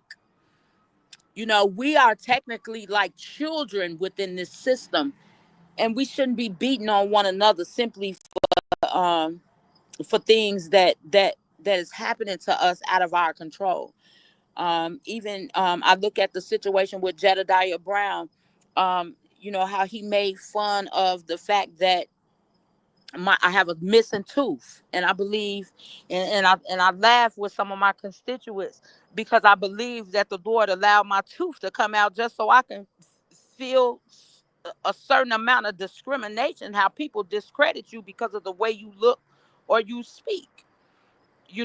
And Jedediah took a picture of me confronting him and even made it his own profile picture while people laughed and ridiculed me, not even understanding that my tooth came from me, my tooth missing came from me starting to take my mental health serious and start taking medication, which affected my tooth, coming out. So we don't even understand, just like the depths of the wounds and things that we have, and that we laugh at each other about, which is really, really sad, because every person in the United States should have dental coverage. Why not? All the senators got it. All the people who say they represent us, they got insurance, and good insurance too. So it's just it's sad, and like I said, I just hope that we look at, what happened to me. Look at the program that you running over there. Look at what our ancestors has taught us. And one thing that we have never done is just totally stood together on one topic, one subject, getting on code with one another as far as building our communities. And the little sparks that we have had, they killed it immediately. Like you talked about how, it's okay for us to have a leader as long as they dead. Yep. As long as they silent, as long as they no longer speaking truth, it's okay for us to look up to people. But we got to start seeing the heroes in one another. I see the hero in you, which is what made me put aside whatever our political beliefs may be, because I know you have a heart for the people. And we need to go wherever the love is. If the love ain't there, we don't need to be there. And if that means divesting ourselves completely from the Democratic Party, then so be it. I'm gonna ride with what my people say. If it means us doing other what could be considered provocative moves, I'm with that. I'm with whatever it's gonna take for us to get out the situation that we in right now, because it's really, really sad. I'm scared. I just turned 50. And I don't mean scared as I'm in fear. I mean scared in terms of I'm concerned about what's happening to us. There's no reason why. If there are some states where an attorney can train another attorney, another person can work as a attorney under someone else. This is how Kim K got involved. Kim Kardashian got involved with the fight. Um, for against mass incarceration and wrongful incarceration, is because someone who she knows allows her to practice law. So tell me, why is it that we churning out all of these black attorneys, but nobody's preparing successors and taking people under their arms so that they can learn, the rules to the game and learn how to play it? Why don't our children, who is the most affected by gun violence and things like that, why they don't have civic classes as young as kindergarten, like it does in some communities, where they understand mock trial, uh, trial procedure, legal terms? Their kids get exposed to all of this stuff, but all our children are ever introduced to is uniforms, which directly prepares them to go into prison. We won't even talk about the school to prison pipeline. But I'm just, these are all the things that I think about and ponder about daily. I spend a lot of time alone. Um, just me, my word, God, my thoughts, my prayers, what I see in my community. And to me, um, these is the things that we need to focus on, um, in order to heal our community. And just to even just lighten lighten what I'm saying. I've even started a garden, and I'm learning so much just from gardening. Um, life lessons even in gardening. I'm learning. And I say that to say, until we could control our food, control our environment, um, we're going to always be looking to somebody to come save us. And they will always have the power to kill us if we don't. And so, we got to start doing some things intentionally. Some things you got to do intentionally. Some things you can just do to get along, and eventually things come about. But there are some times where you got to draw hard lines and make hard decisions, and you got to look crazy. And it's just so funny that they will call me crazy, and use and weaponize the mental health system against me, because the clarity that I have in dealing with in this space is both from my own personal experience and dealing with mental health, but me having to advocate for my children, and things of that nature have prepared me for this very moment. And I want to say this: you got to be a little crazy to even think you can change any of this, because if you don't have a little bit of craziness, it's going to drive you crazy, the things that they will do to you if you stay quiet. So, I love y'all. You're I right. love our people. I love us. I love us. I do too. I love my people. Like I said, like it's when I first started this fight, I remember saying, I'm like, man, when I come out with this, with these on my Republican stance, like I know I'm about to lose hella friends. I know I'm about to people about to distance themselves. I know I'm about to be called all types of coons, all types of stuff. I said, but I'm dealing with a personal fight, and my personal fight should not change my friendship with anybody that was my friend, regardless. Politics should have, especially if you don't do politics, because a majority of the people that we're no longer cool, or or just cordial now, they don't even know what's going on. They're just getting their stuff from bits and pieces of a TikTok, or Jasmine Crockett screaming, or you've got fake news saying some crazy stuff about white supremacy, or you've got they'll put Michelle or Barack Obama up, and they'll start talking about how Trump is racist and stuff like that instead, and but not being genuine. Like, let's say Obama, for instance. Obama, you deported more people than any other president of the United States. If you were about that bipartisan love or any of that, regardless of how you feel about Trump, you know that illegal immigration in the black community is harming us, and you deported so many people based on that, or whatever you want to say, but now that it's Trump doing it, you cry it. But you're talking about our black men need to have one gay man in their life as a mentor. Like, we got this.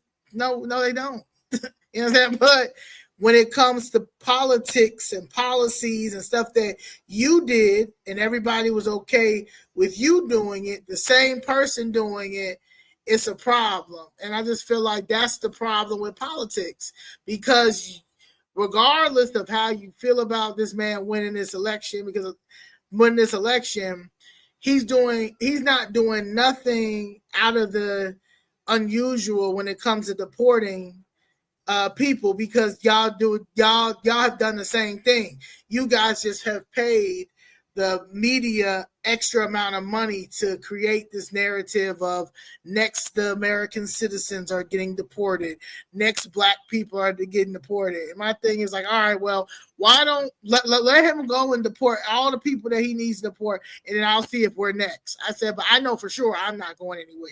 I know the law, I know that we're American citizens, but they say at the same time, well, Trump is not upholding the U.S. Constitution.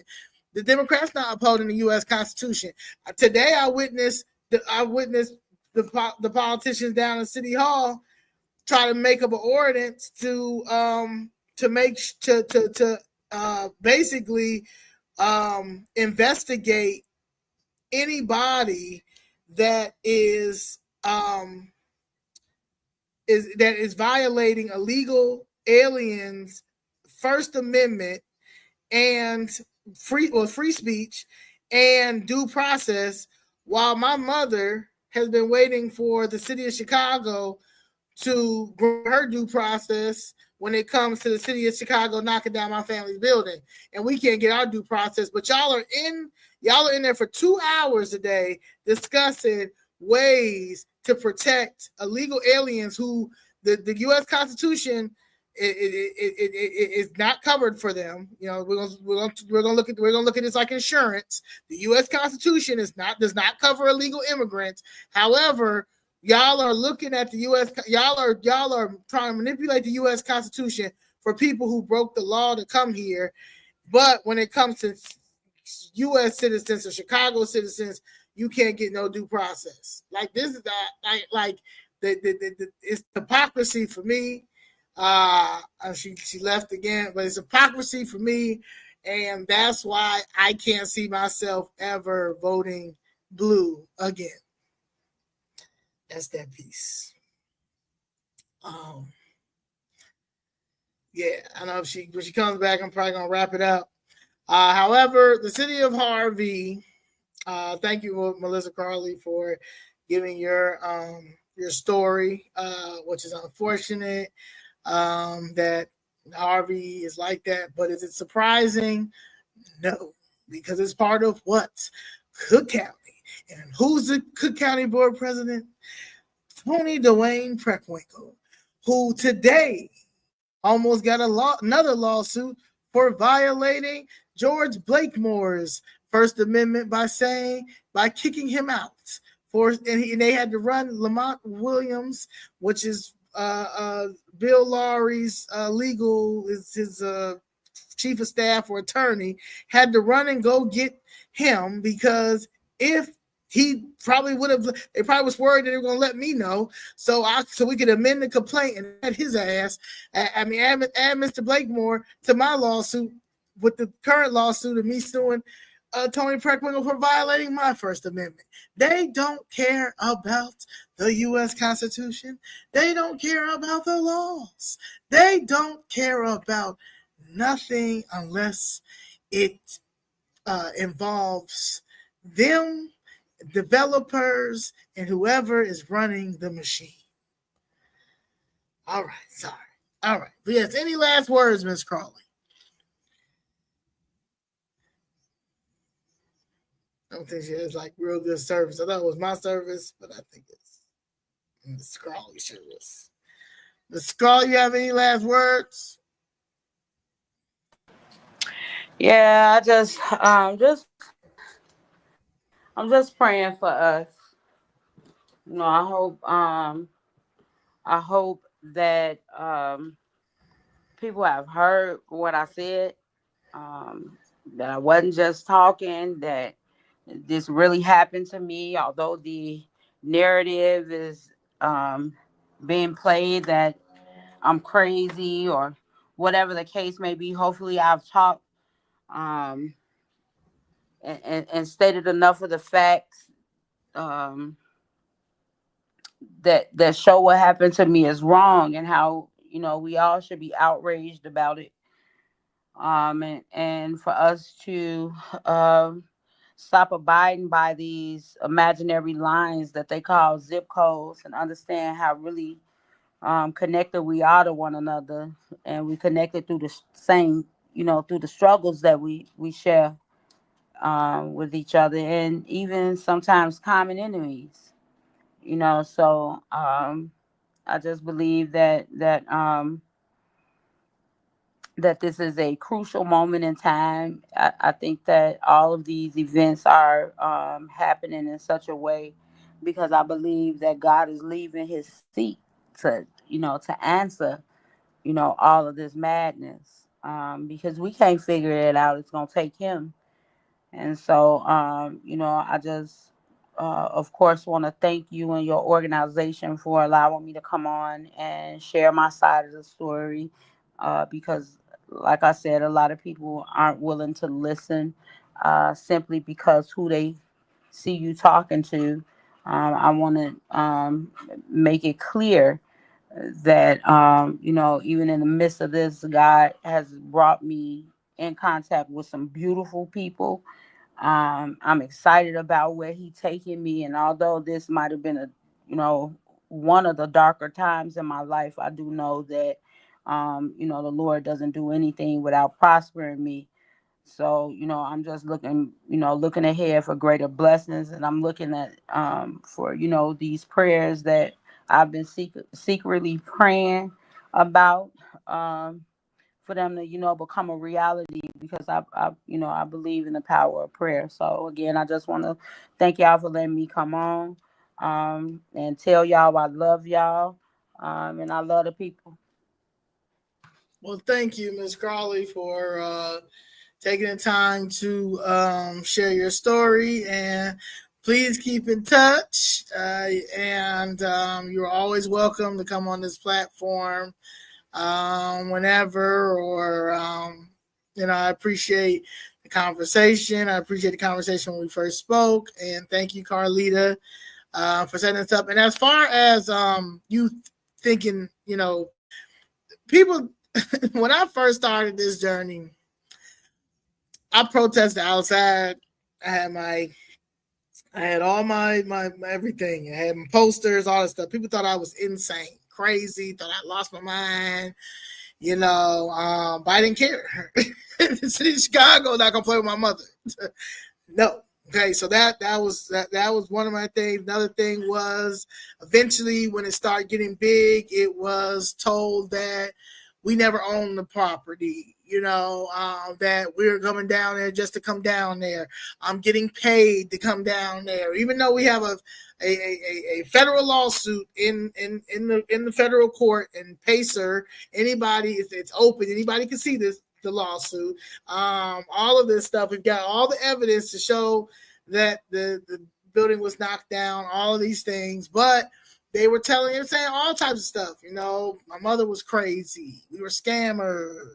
My godfather never owned the building. Whole time the deed was in a trust. It was just a whole bunch of things. Oh yeah, you can knock the building down because police violations. It's like, what? And then when you were speaking about blighted, yeah, I looked up an act, Blighted Property Act 1947, 1949.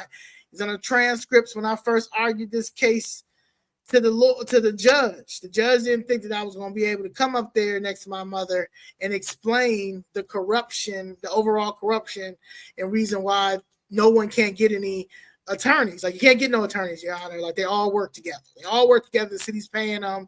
They're stealing black people's property. They're stealing black seniors' property. Shout out to Miss Jessica, happened to be in the back, so I was able to turn back and say they're doing the same thing to her. So, but I was told all these things, but I was able to explain to the judge about Blighted Property Act 1947, 1949. If they feel like this property, which was a commercial property, was blighted in any type of way, they're supposed to go to the governor, and the governor is supposed to go to the attorney general that we can't never find, and he's supposed to deem it eminent domain, and they still have to compensate you. So we had them every angle, but at the end of the day, you're not supposed to find a loophole. And I found a loophole. I found a loophole for my mother. I found a loophole for plenty of Chicago citizens, Cook County citizens, for citizens all over the United States of America, for the elders. That's why our generational wealth is not getting into our community the way that it needs to be, because our properties are getting taken from our elders, and nobody's discussing it because you can't get any press, you can't get a lawyer, you can't get anybody, and our elders are getting older. And my mother was in her 40s.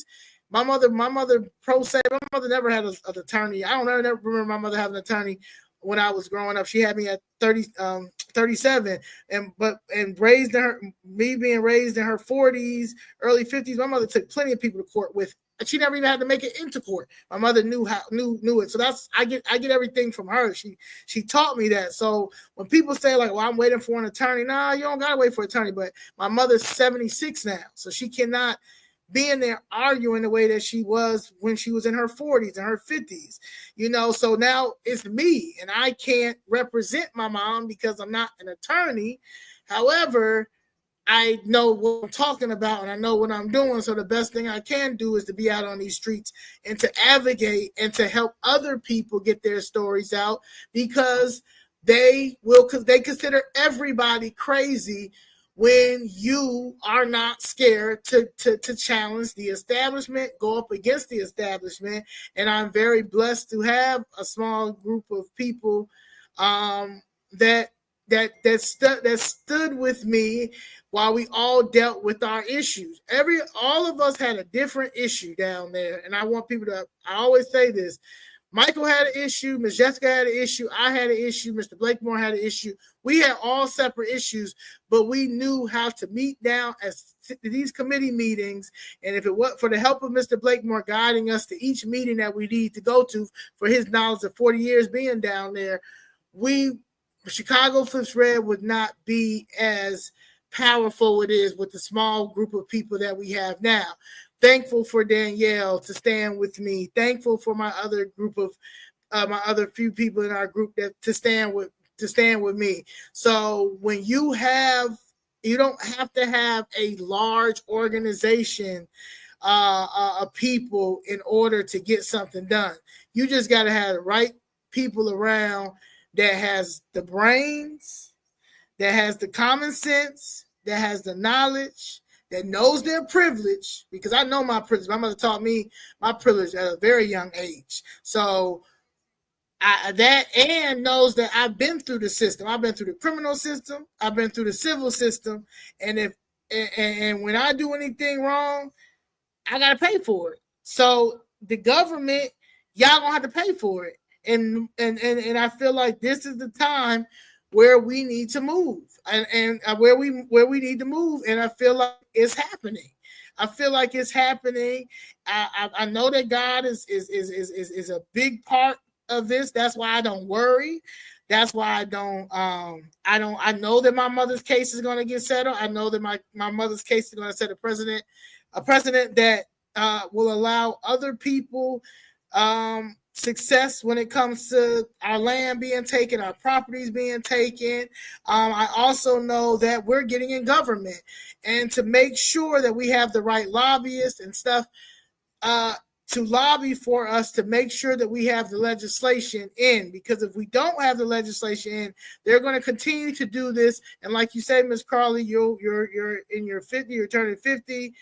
That is my fear. I'll be 40 in January. If my mother did not have me, and she has two other children as well, I really feel sorry for seniors who do not have anybody in their corner. So I have to make sure that legislation is put in place, so when I'm my mother's age and when other people are her age, that this don't never happen again to our people, and especially elders, because it's a big form of elder abuse going on all over the United States of America, to all our elders, from white to black to Hispanic to Asian. If you don't have anybody that's in your corner that's willing to fight with you and know the law, I really feel sorry for these elders. And I really feel sorry for our kids, because this curriculum ain't teaching them anything either. So we have to get in government to make sure that we make the changes, so our grandkids, our kids, our nieces, our nephews, our godchildren, our elders, our families don't never have to go through this ever again. And that's my piece. So, amen. I agree. All right, Miss Crawley, thank you. Thank you again. God bless y'all. I wanted just to add one thing, because you said something that touched me, that reminded me about the scripture that talks about how children are a heritage, and it doesn't have to be your birth children. The community in some ways the children belong to us. But the scripture that you reminded me of is that children are a heritage from the Lord. And it tells us, blessed children are like arrows. Blessed is the man whose quiver is full. And I'm saying that it's beautiful that you standing up for your mom, because that's actually what the Bible talks about. When it talks about children, it states that they will contend with our enemies at the gates. The gates in biblical times actually represents the political scene. And so I just love when scripture just plays out in the open. And you said it without probably not even knowing. We talked about the Bible just a little bit, and you said that you want to learn.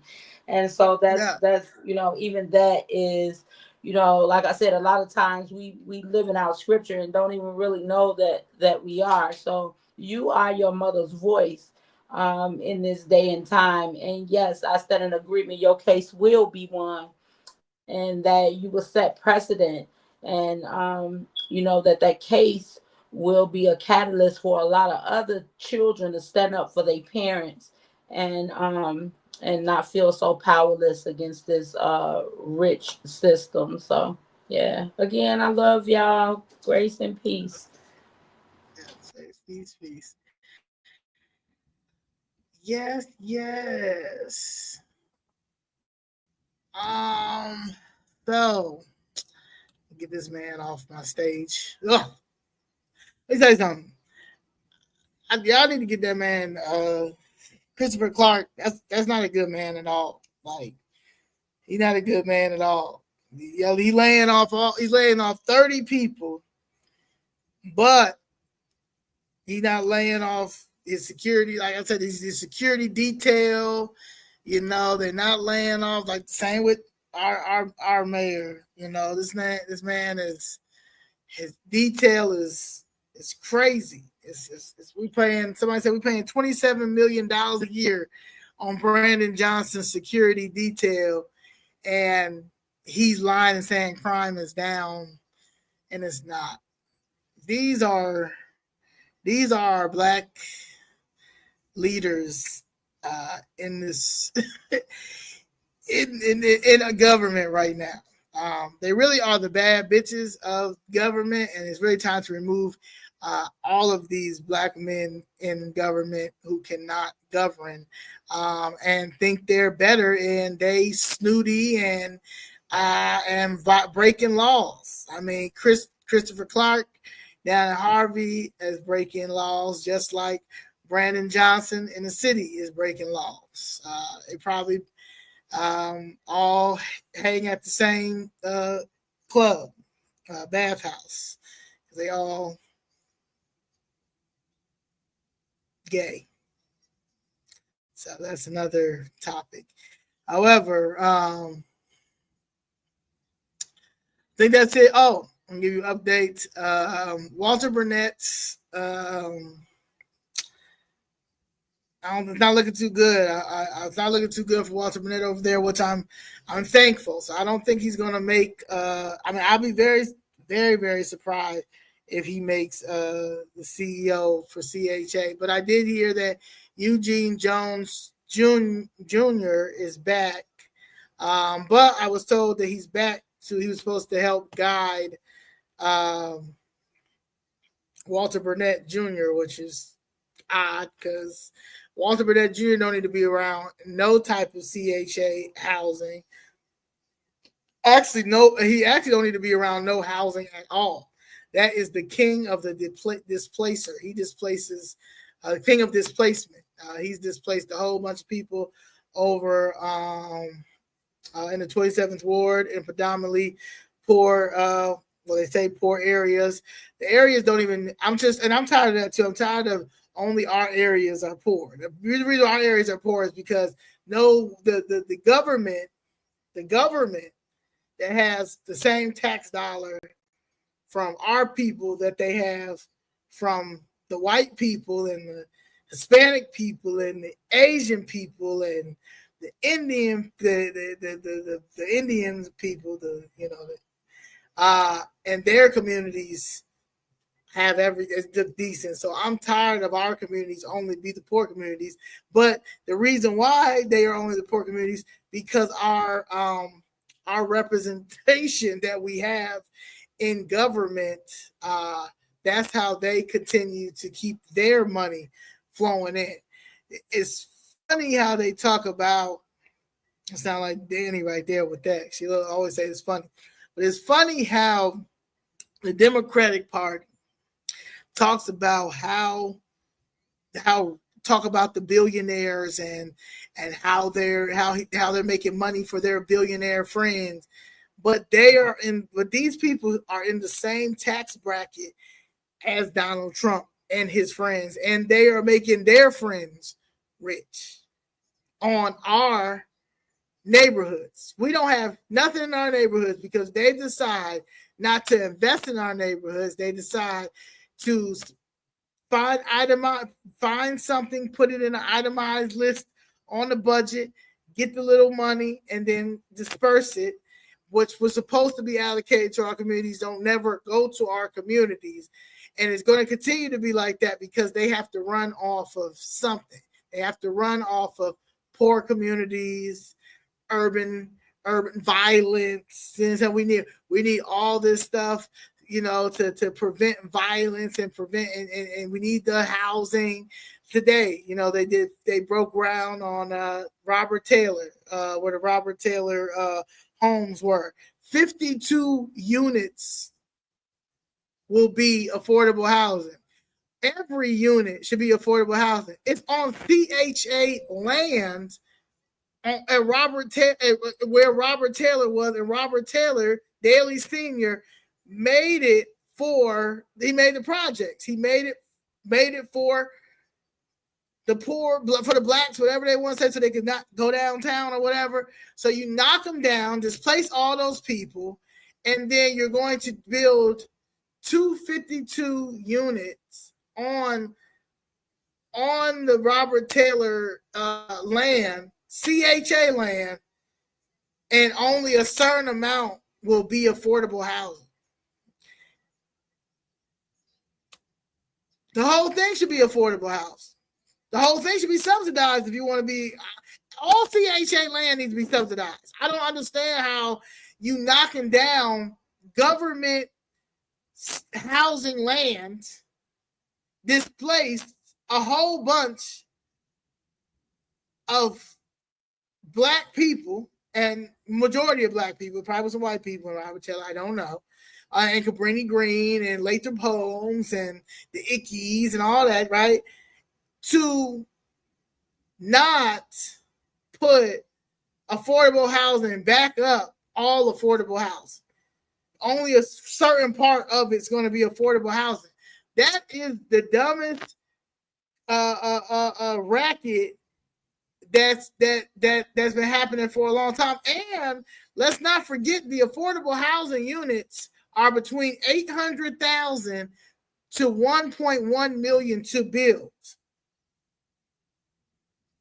800,000 to 1.1 million dollars to build affordable housing apartment or whatever. Like, what are we doing here? What are we doing? No, so Walter Burnett for sure can't be the CEO. But honestly, I just think you need federal oversight. 1995, the federal government took CHA away from Chicago. They need to do it again because it don't make no sense. It don't make no sense. And 52 units is not these affordable housing grifts that this man Brandon Johnson is talking about, and anybody else in any of these cities talk about with this affordable housing. It still does not help the homeless situation. It still does not help the homeless situation. Even with the luxury buildings that are downtown and River North, right? Now, they've taken government funding. So because they take government funding, by law, they have to accept Section 8, right? But how they do it is, if you apply for an apartment, right? They'll give you a you have to fill out a application, right? Now, mind you, subsidizing. These are the affordable housing. The affordable housing mark the one of the affordable housing apartments, right? Units, right? These are the ones that they be down there fighting for downtown, talking about how they're going to use this part as affordable housing. It's going to be real easy, all that, right? Cool. Bet. Say you go with your voucher, you look it up, and say, okay, yeah, we're going to give you it's a $500 credit. If you got a $500 application fee, $500 for a CHA voucher holder. If you want to get one of these affordable units, right? That they're using our tax dollar to pay for TIF money and all that stuff, right? $500 application fee. Then your application fee is going to go to a third party in a machine, right? And the machine is going to tell you if you approved or declined for this affordable housing rate paid by the government that we're paying for. And if you get denied because your credit score is low or whatever, then you denied the affordable housing unit with your Section 8 voucher that covers the rent. That needs to be investigated. It needs to be investigated.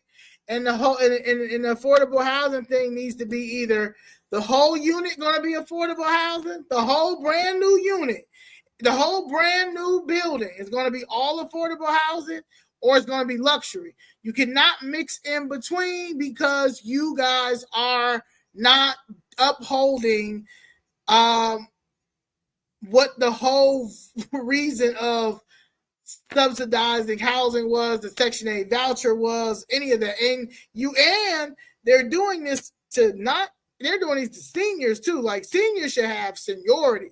Seniors should have no issue finding a housing apartment, condo, anything when it comes to them having a Section 8 voucher. They are seniors. It should be no issue. But that's how they're redlining.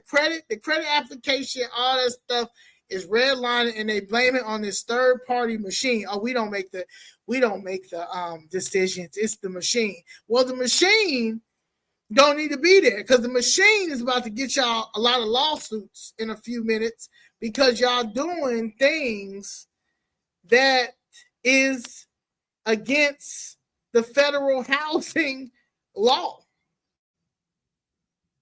And because the city's so corrupt and do what they want to do because y'all keep installing people like Cheryl Burns, who has been the vice president of CHA for a very long time, who's absolutely terrible and needs to be removed. She should not even be there anymore. That's why but she's installed. That's why she don't go. She can't even go up to the CEO.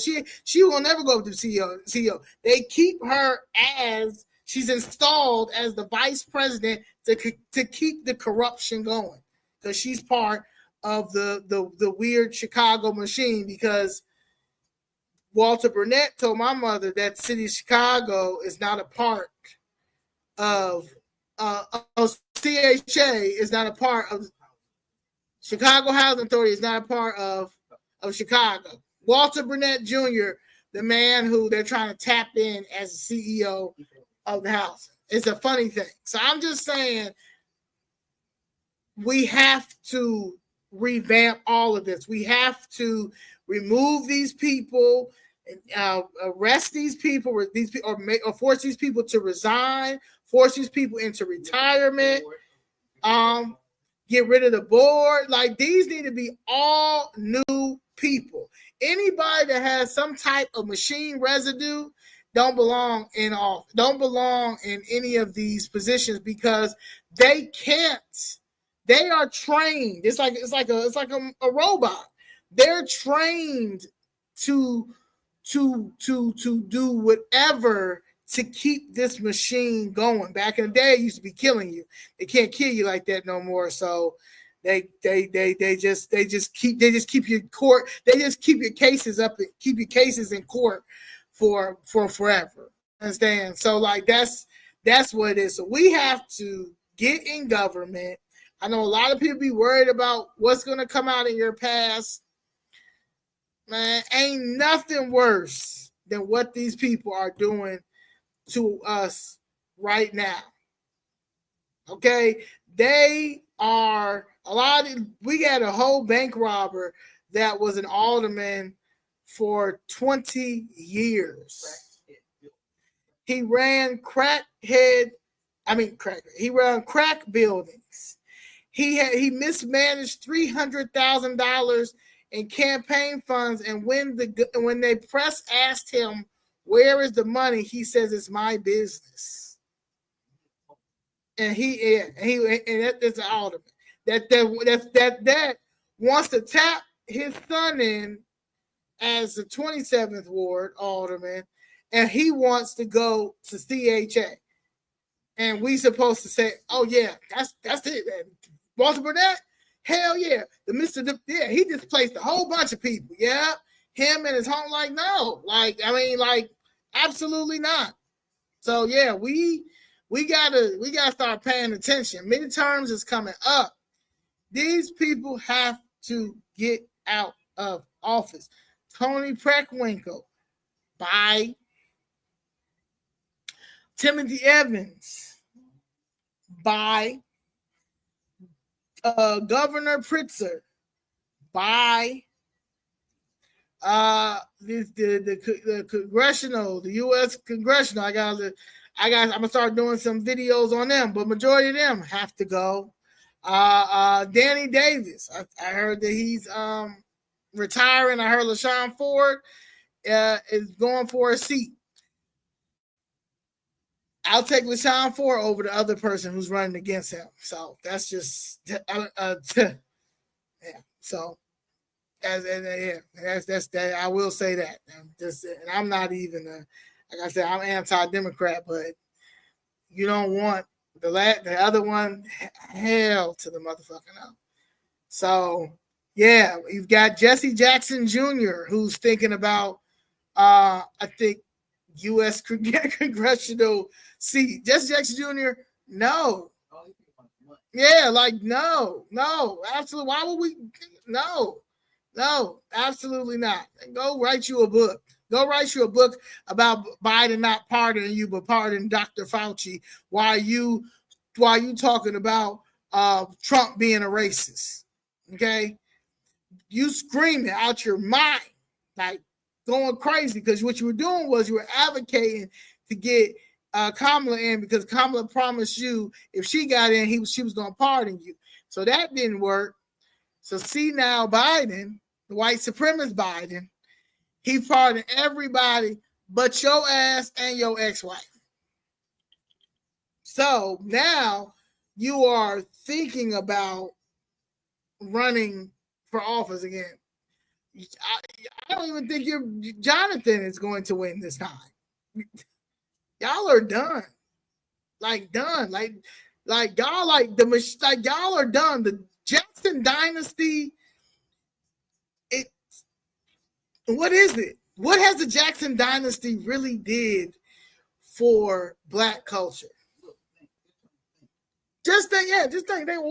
What has the Jackson dynasty, the Jesse Jackson dynasty, done for the Black culture that y'all would think, yeah, let's put him back in office? What did he do? He stole and had a baby. That's what we know him for. Stealing and having a baby. So now we're going to put him back in.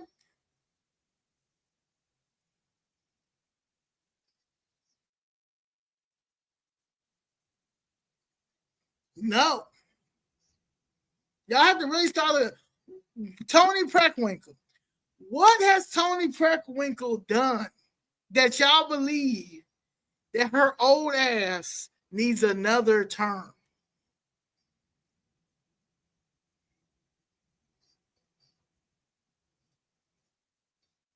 Why is Chief Timothy Evans still running opposed? His old ass, who is the judicial system, the courts, the judges under him, he does nothing. You can bring him a book with all of the judicial misconduct the judges do, and he will say, "What you want me to do about it?" Well, Chief Justice Timothy Evans, I would think that you would use that law degree in that same Bible that you go and make everybody else put their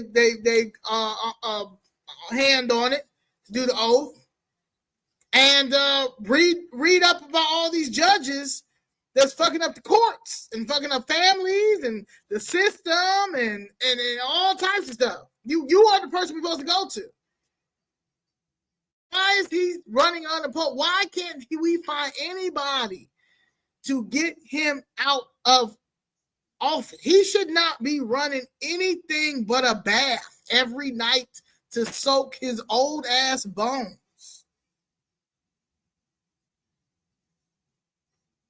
Why?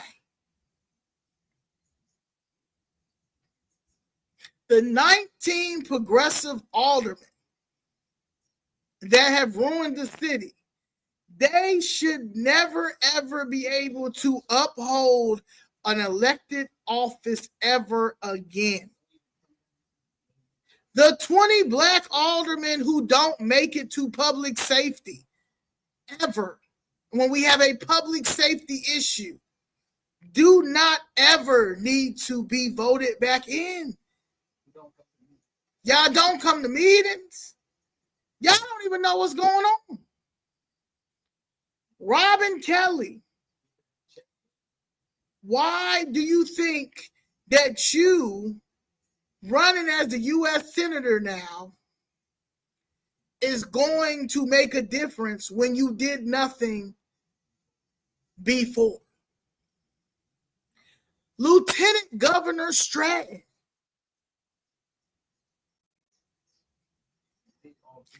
you live, they say, down the street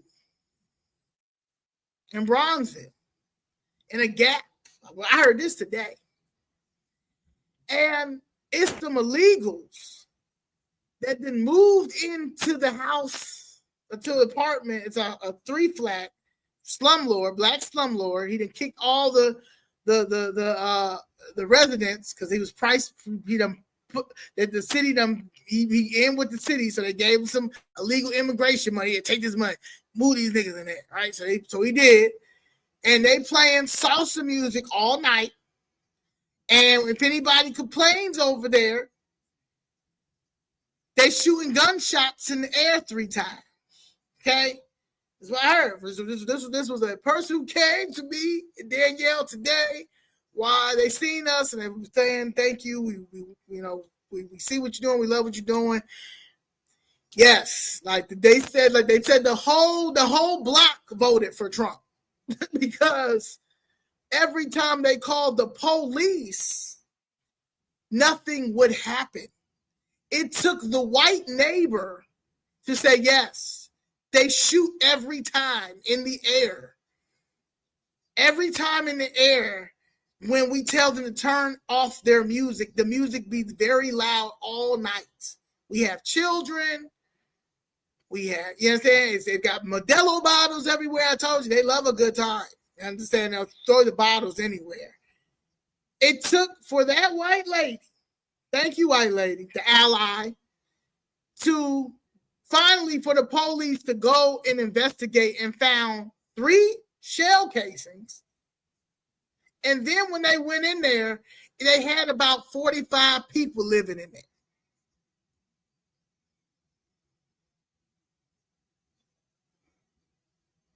In Bronzeville, Lamont Robinson's ward.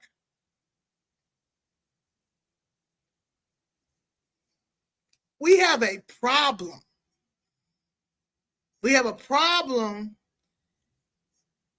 and we have to do something about it. And the only way that we're going to be able to do something is, first of all, we have to end Sanctuary City. And ain't no blue person going in Sanctuary City, because that's their money right now.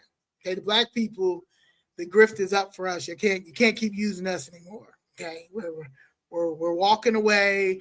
As you see, for the last election, 17 million people sat out that election, and the rest voted for Trump,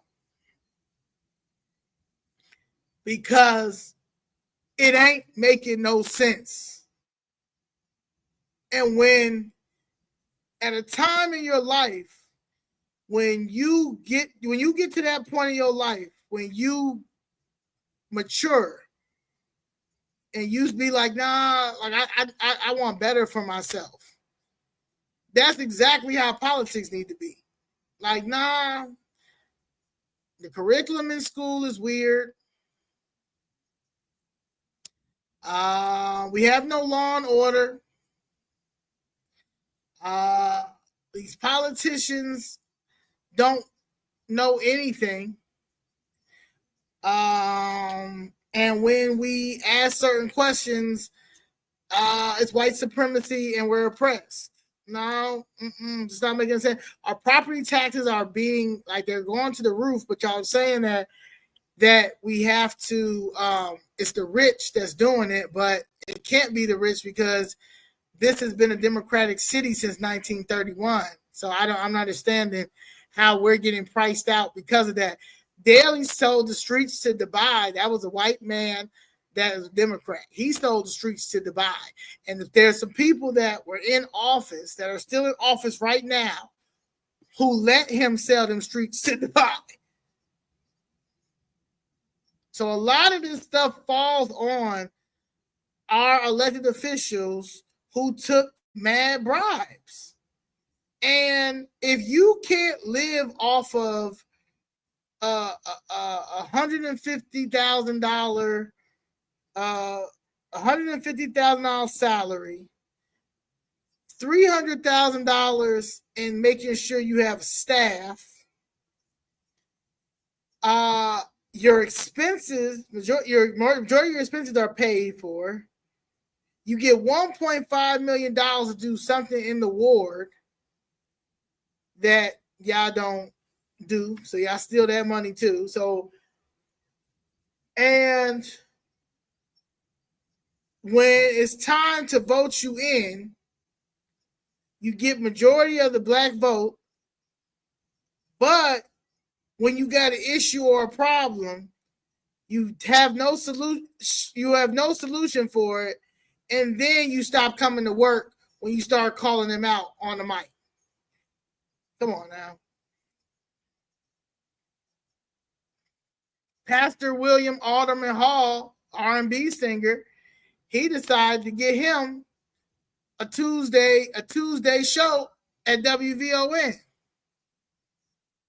Boy, like, how are you, like, what he did a video, he did a show the other day, talking to a guy who's 28 years sober. What does that have to do with you in the 6th Ward, my boy, and how it's looking, and how it looks, and how you go down there, and everything that Brandon Johnson votes for, or what he needs, which is detrimental to the 6th Ward, you vote for it, and then go back to the 6th Ward and tell them something completely different. The same with the Ron Mosley. The same with Stephanie Coleman. All these people be voting for this man, voting in favor of what this man is doing when it's harmful to our communities. And y'all continue to vote let these people continue to hurt us because y'all personally hate a man that hasn't done anything to y'all. So that's basically what it is. And they'll say, well, we hate both parties. All right, hate both parties. Hate both parties. But y'all only hate both parties when you come with all the facts about how fucked up the Democratic Party is. It's always then, well, we just need to go independent. No, we can't go independent. We can't go independent. Y'all independently don't even love yourselves enough to go independent. Y'all make up excuses on why the government fuck us over. This is just how it be. This is how the establishment be. Did Gregory said it thousands and thousands and thousands of times. If we would be like the Jews and come in masses down anywhere, they would not play with us, just like they don't play with them Jews. Just like they are going hard for these illegals. You know why? Because their countries are tied in with making sure that, hey, they're making sure you're gonna have money. If you make sure that you got a place for us, another country in the United States, like the Mexicans and the Venezuelans now that they have, and the Indians and the Chinese people, we're gonna take care of you like what they promised Eric Adams, Turkey. Right, and that's what he got in trouble, right? Because he was taking stuff from Turkey, right? He promised them like what, a fire. He promised him something in New York City, a firehouse, something crazy. But that's exactly what the Democratic Party has done, because they done sold the cities to these countries, and because a lot of black people were waking up, for years and years and years and years, and now a majority of people are waking up. They have nothing else to fight but to keep the illegals here, because they need their votes, because they know that the Democratic Party is done. Ain't no Democratic Party no more. Ain't no Democratic Party no more. Democratic Party is done. They have nothing to offer. That's why they're going to keep dragging on this Epstein list that everybody's on. Everybody's on this Epstein list. Everybody's on this Epstein list. And majority of y'all grandmamas and grandmothers and great-grandmothers got married at 16, 15. And granddaddy was 21, 22, 23, 30. Stuff like that. So we're not going to sit here and act like, this... People weren't messing with 17-year-olds and getting married at 16 and stuff like that. It's an uncomfortable truth. I mean, I don't want to admit it, but yeah, everybody on that list. All your faves are on that list. Everybody on that list. And there's some people that's on that list because they used the Epstein's flight. He had a jet. A lot of people used it. I remember Robert Kennedy in 2023. I was watching News Nation, the Cuomo dude that be on there. I forgot which one. What his name is. It's one of the Cuomo, the guy that's on TV. And when he was interviewing Robert Kennedy, because he was first talking about running for president, he said, I'm on the Epstein list. He said, me and my wife chartered his plane a few times for no hesitation, because he ain't do nothing. But yeah, I'm on the Epstein list. So again, there's people on the Epstein list that was on the Epstein list because they were using his plane. And then there are people on the Epstein list because they did other things. However, that does not change the fact that even when y'all bury the Epstein list, these politicians are on lists of people that we'll never find out. There's a lot of Epsteins out there. Epstein's not the only Epstein out here. There's thousands of Epsteins out there. There's thousands of madams out there, pimps out there that are going to these parties, that are doing weird shit, that have and they're all types, women, men. There's a lot of Giselles out there. What's her name? Giselle, just Jeseline Maxwell, G Maxwell. It's a lot of them out there, and they're in politics. It's about money, sex. It's money, sex, and power. Honestly, that's what politics. That's what politics is. That's what entertainment is, and at this point, we're all being played because it's our dollar that's funding a lot of this bullshit. And when you need help from these politicians, they cannot help you, and they don't care because their pimp got them. Their madam got them. They're bought and paid for. So that's the issue that they have with that man that's in office right now. So when you see people pressing on about a list, when CPS alone settles millions of sexual abuse cases within principals and teachers that we don't know about because the child is underage. And because the child is underage, by law, they cannot disclose the lawsuits. And it's the same when it comes to the Epstein list. A lot of things that will not be disclosed because if these were real victims, which I'm pretty sure there were victims, real victims, they were underage. And by law, they cannot have that out here for people to see, because people can see. They're sealed. A lot of things are sealed. They have to redact a lot of the names, all of that stuff, because they were children at the time. And how I know this is because I was at a behavior center. And the behavior center I was at, I had a relationship with a counselor. And the counselor was 28 and I was 14. And my mother did not know. No one did not know. And when I came home, I saved everything. I saved everything. She wrote me letters. That's WNBA was popular, all these things. And one of the letters she writes, she says, "I can't believe I'm in love with a child." And this is in the letter. It probably lasted like a year. After that, I was heartbroken. And I had my mother, like I said, my mother's always kept me in therapy. So when I went to my therapist to tell my therapist that I was heartbroken, tell her the story, by law, what does my therapist have to do? My therapist has to report it. And she did.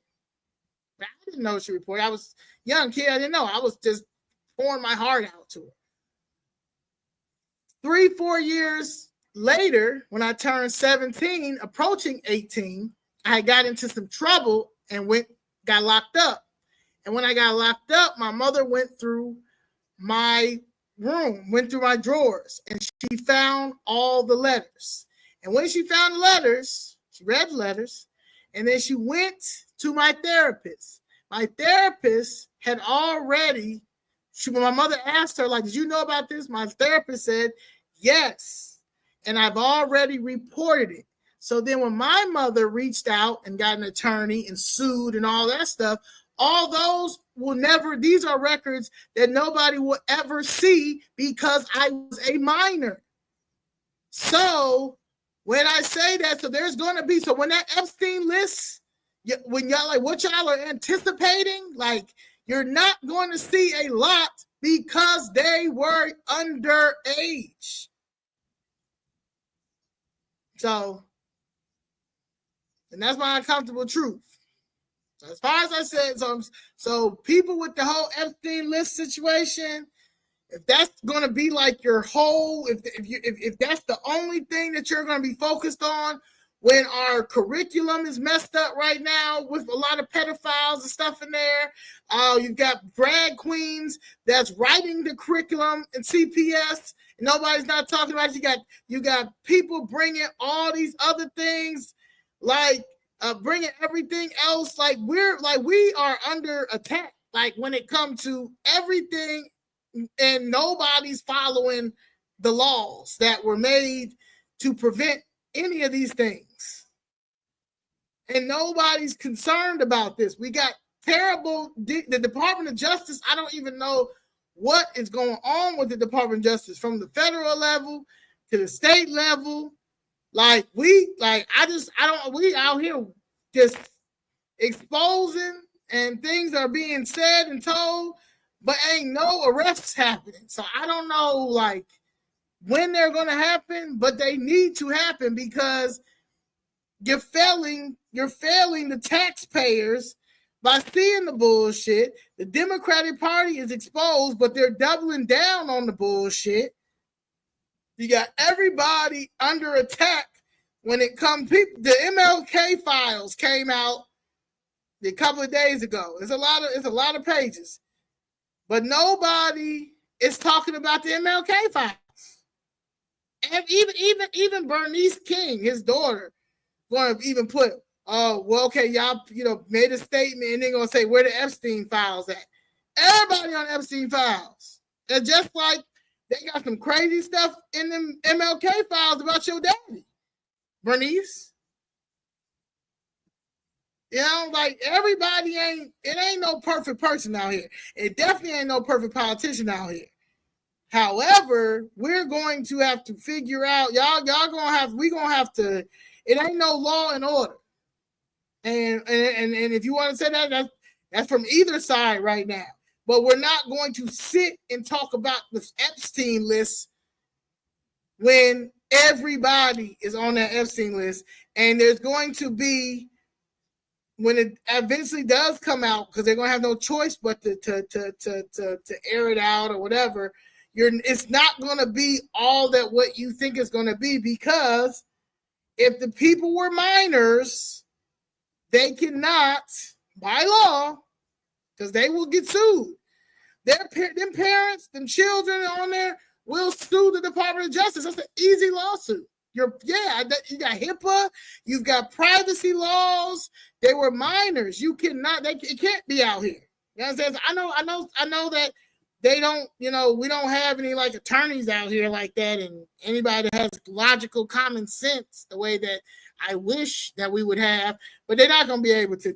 So y'all can get your hopes up if y'all want to, but it'll be a lawsuits like crazy, just like how Trump suing every day and winning $20 million. Imagine how much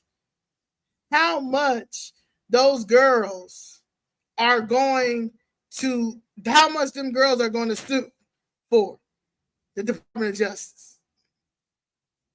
This has been going on for 9 years. Thank you, Latanya, for the super chat. Thank you. So yes, I want to say that. I don't. I try to be logical. I try to not be biased at all. Only when it comes to the Democratic Party, though, because I'm anti. Like they call me anything but a Democrat. However, that's my piece on the Epstein list. I'm not going to discuss it anymore. People can look at this. The last 30-40 minutes of this live, and you will get my story and how I feel. And like I said, I've been that child. So people need to know right from right, wrong from wrong. And that's that. Yeah. So all righty. Any other questions? Thank you for the 421 people. that watched. Thank you for Melissa Crawley for speaking out. And live your truth, man. Don't be afraid. And fight, and file these lawsuits. So that's the only way these people understand. And register to vote. Get your kids registered to vote if they're about to be 17, 18. Educate them. Like I said, I'm a Republican, yes. I'm conservative. However, look at the policies. I feel like the Democratic Party's policies do not align with who I am as a person and who I am as a race. And I feel like the Democratic Party alone owe us an apology that they have yet to give us. And they owe us economic punitive damages for leading us on and then deciding and thinking that they was going to bring the replacement over here in 2021, and we were going to be okay with it. And now they're crashing out with the Epstein list.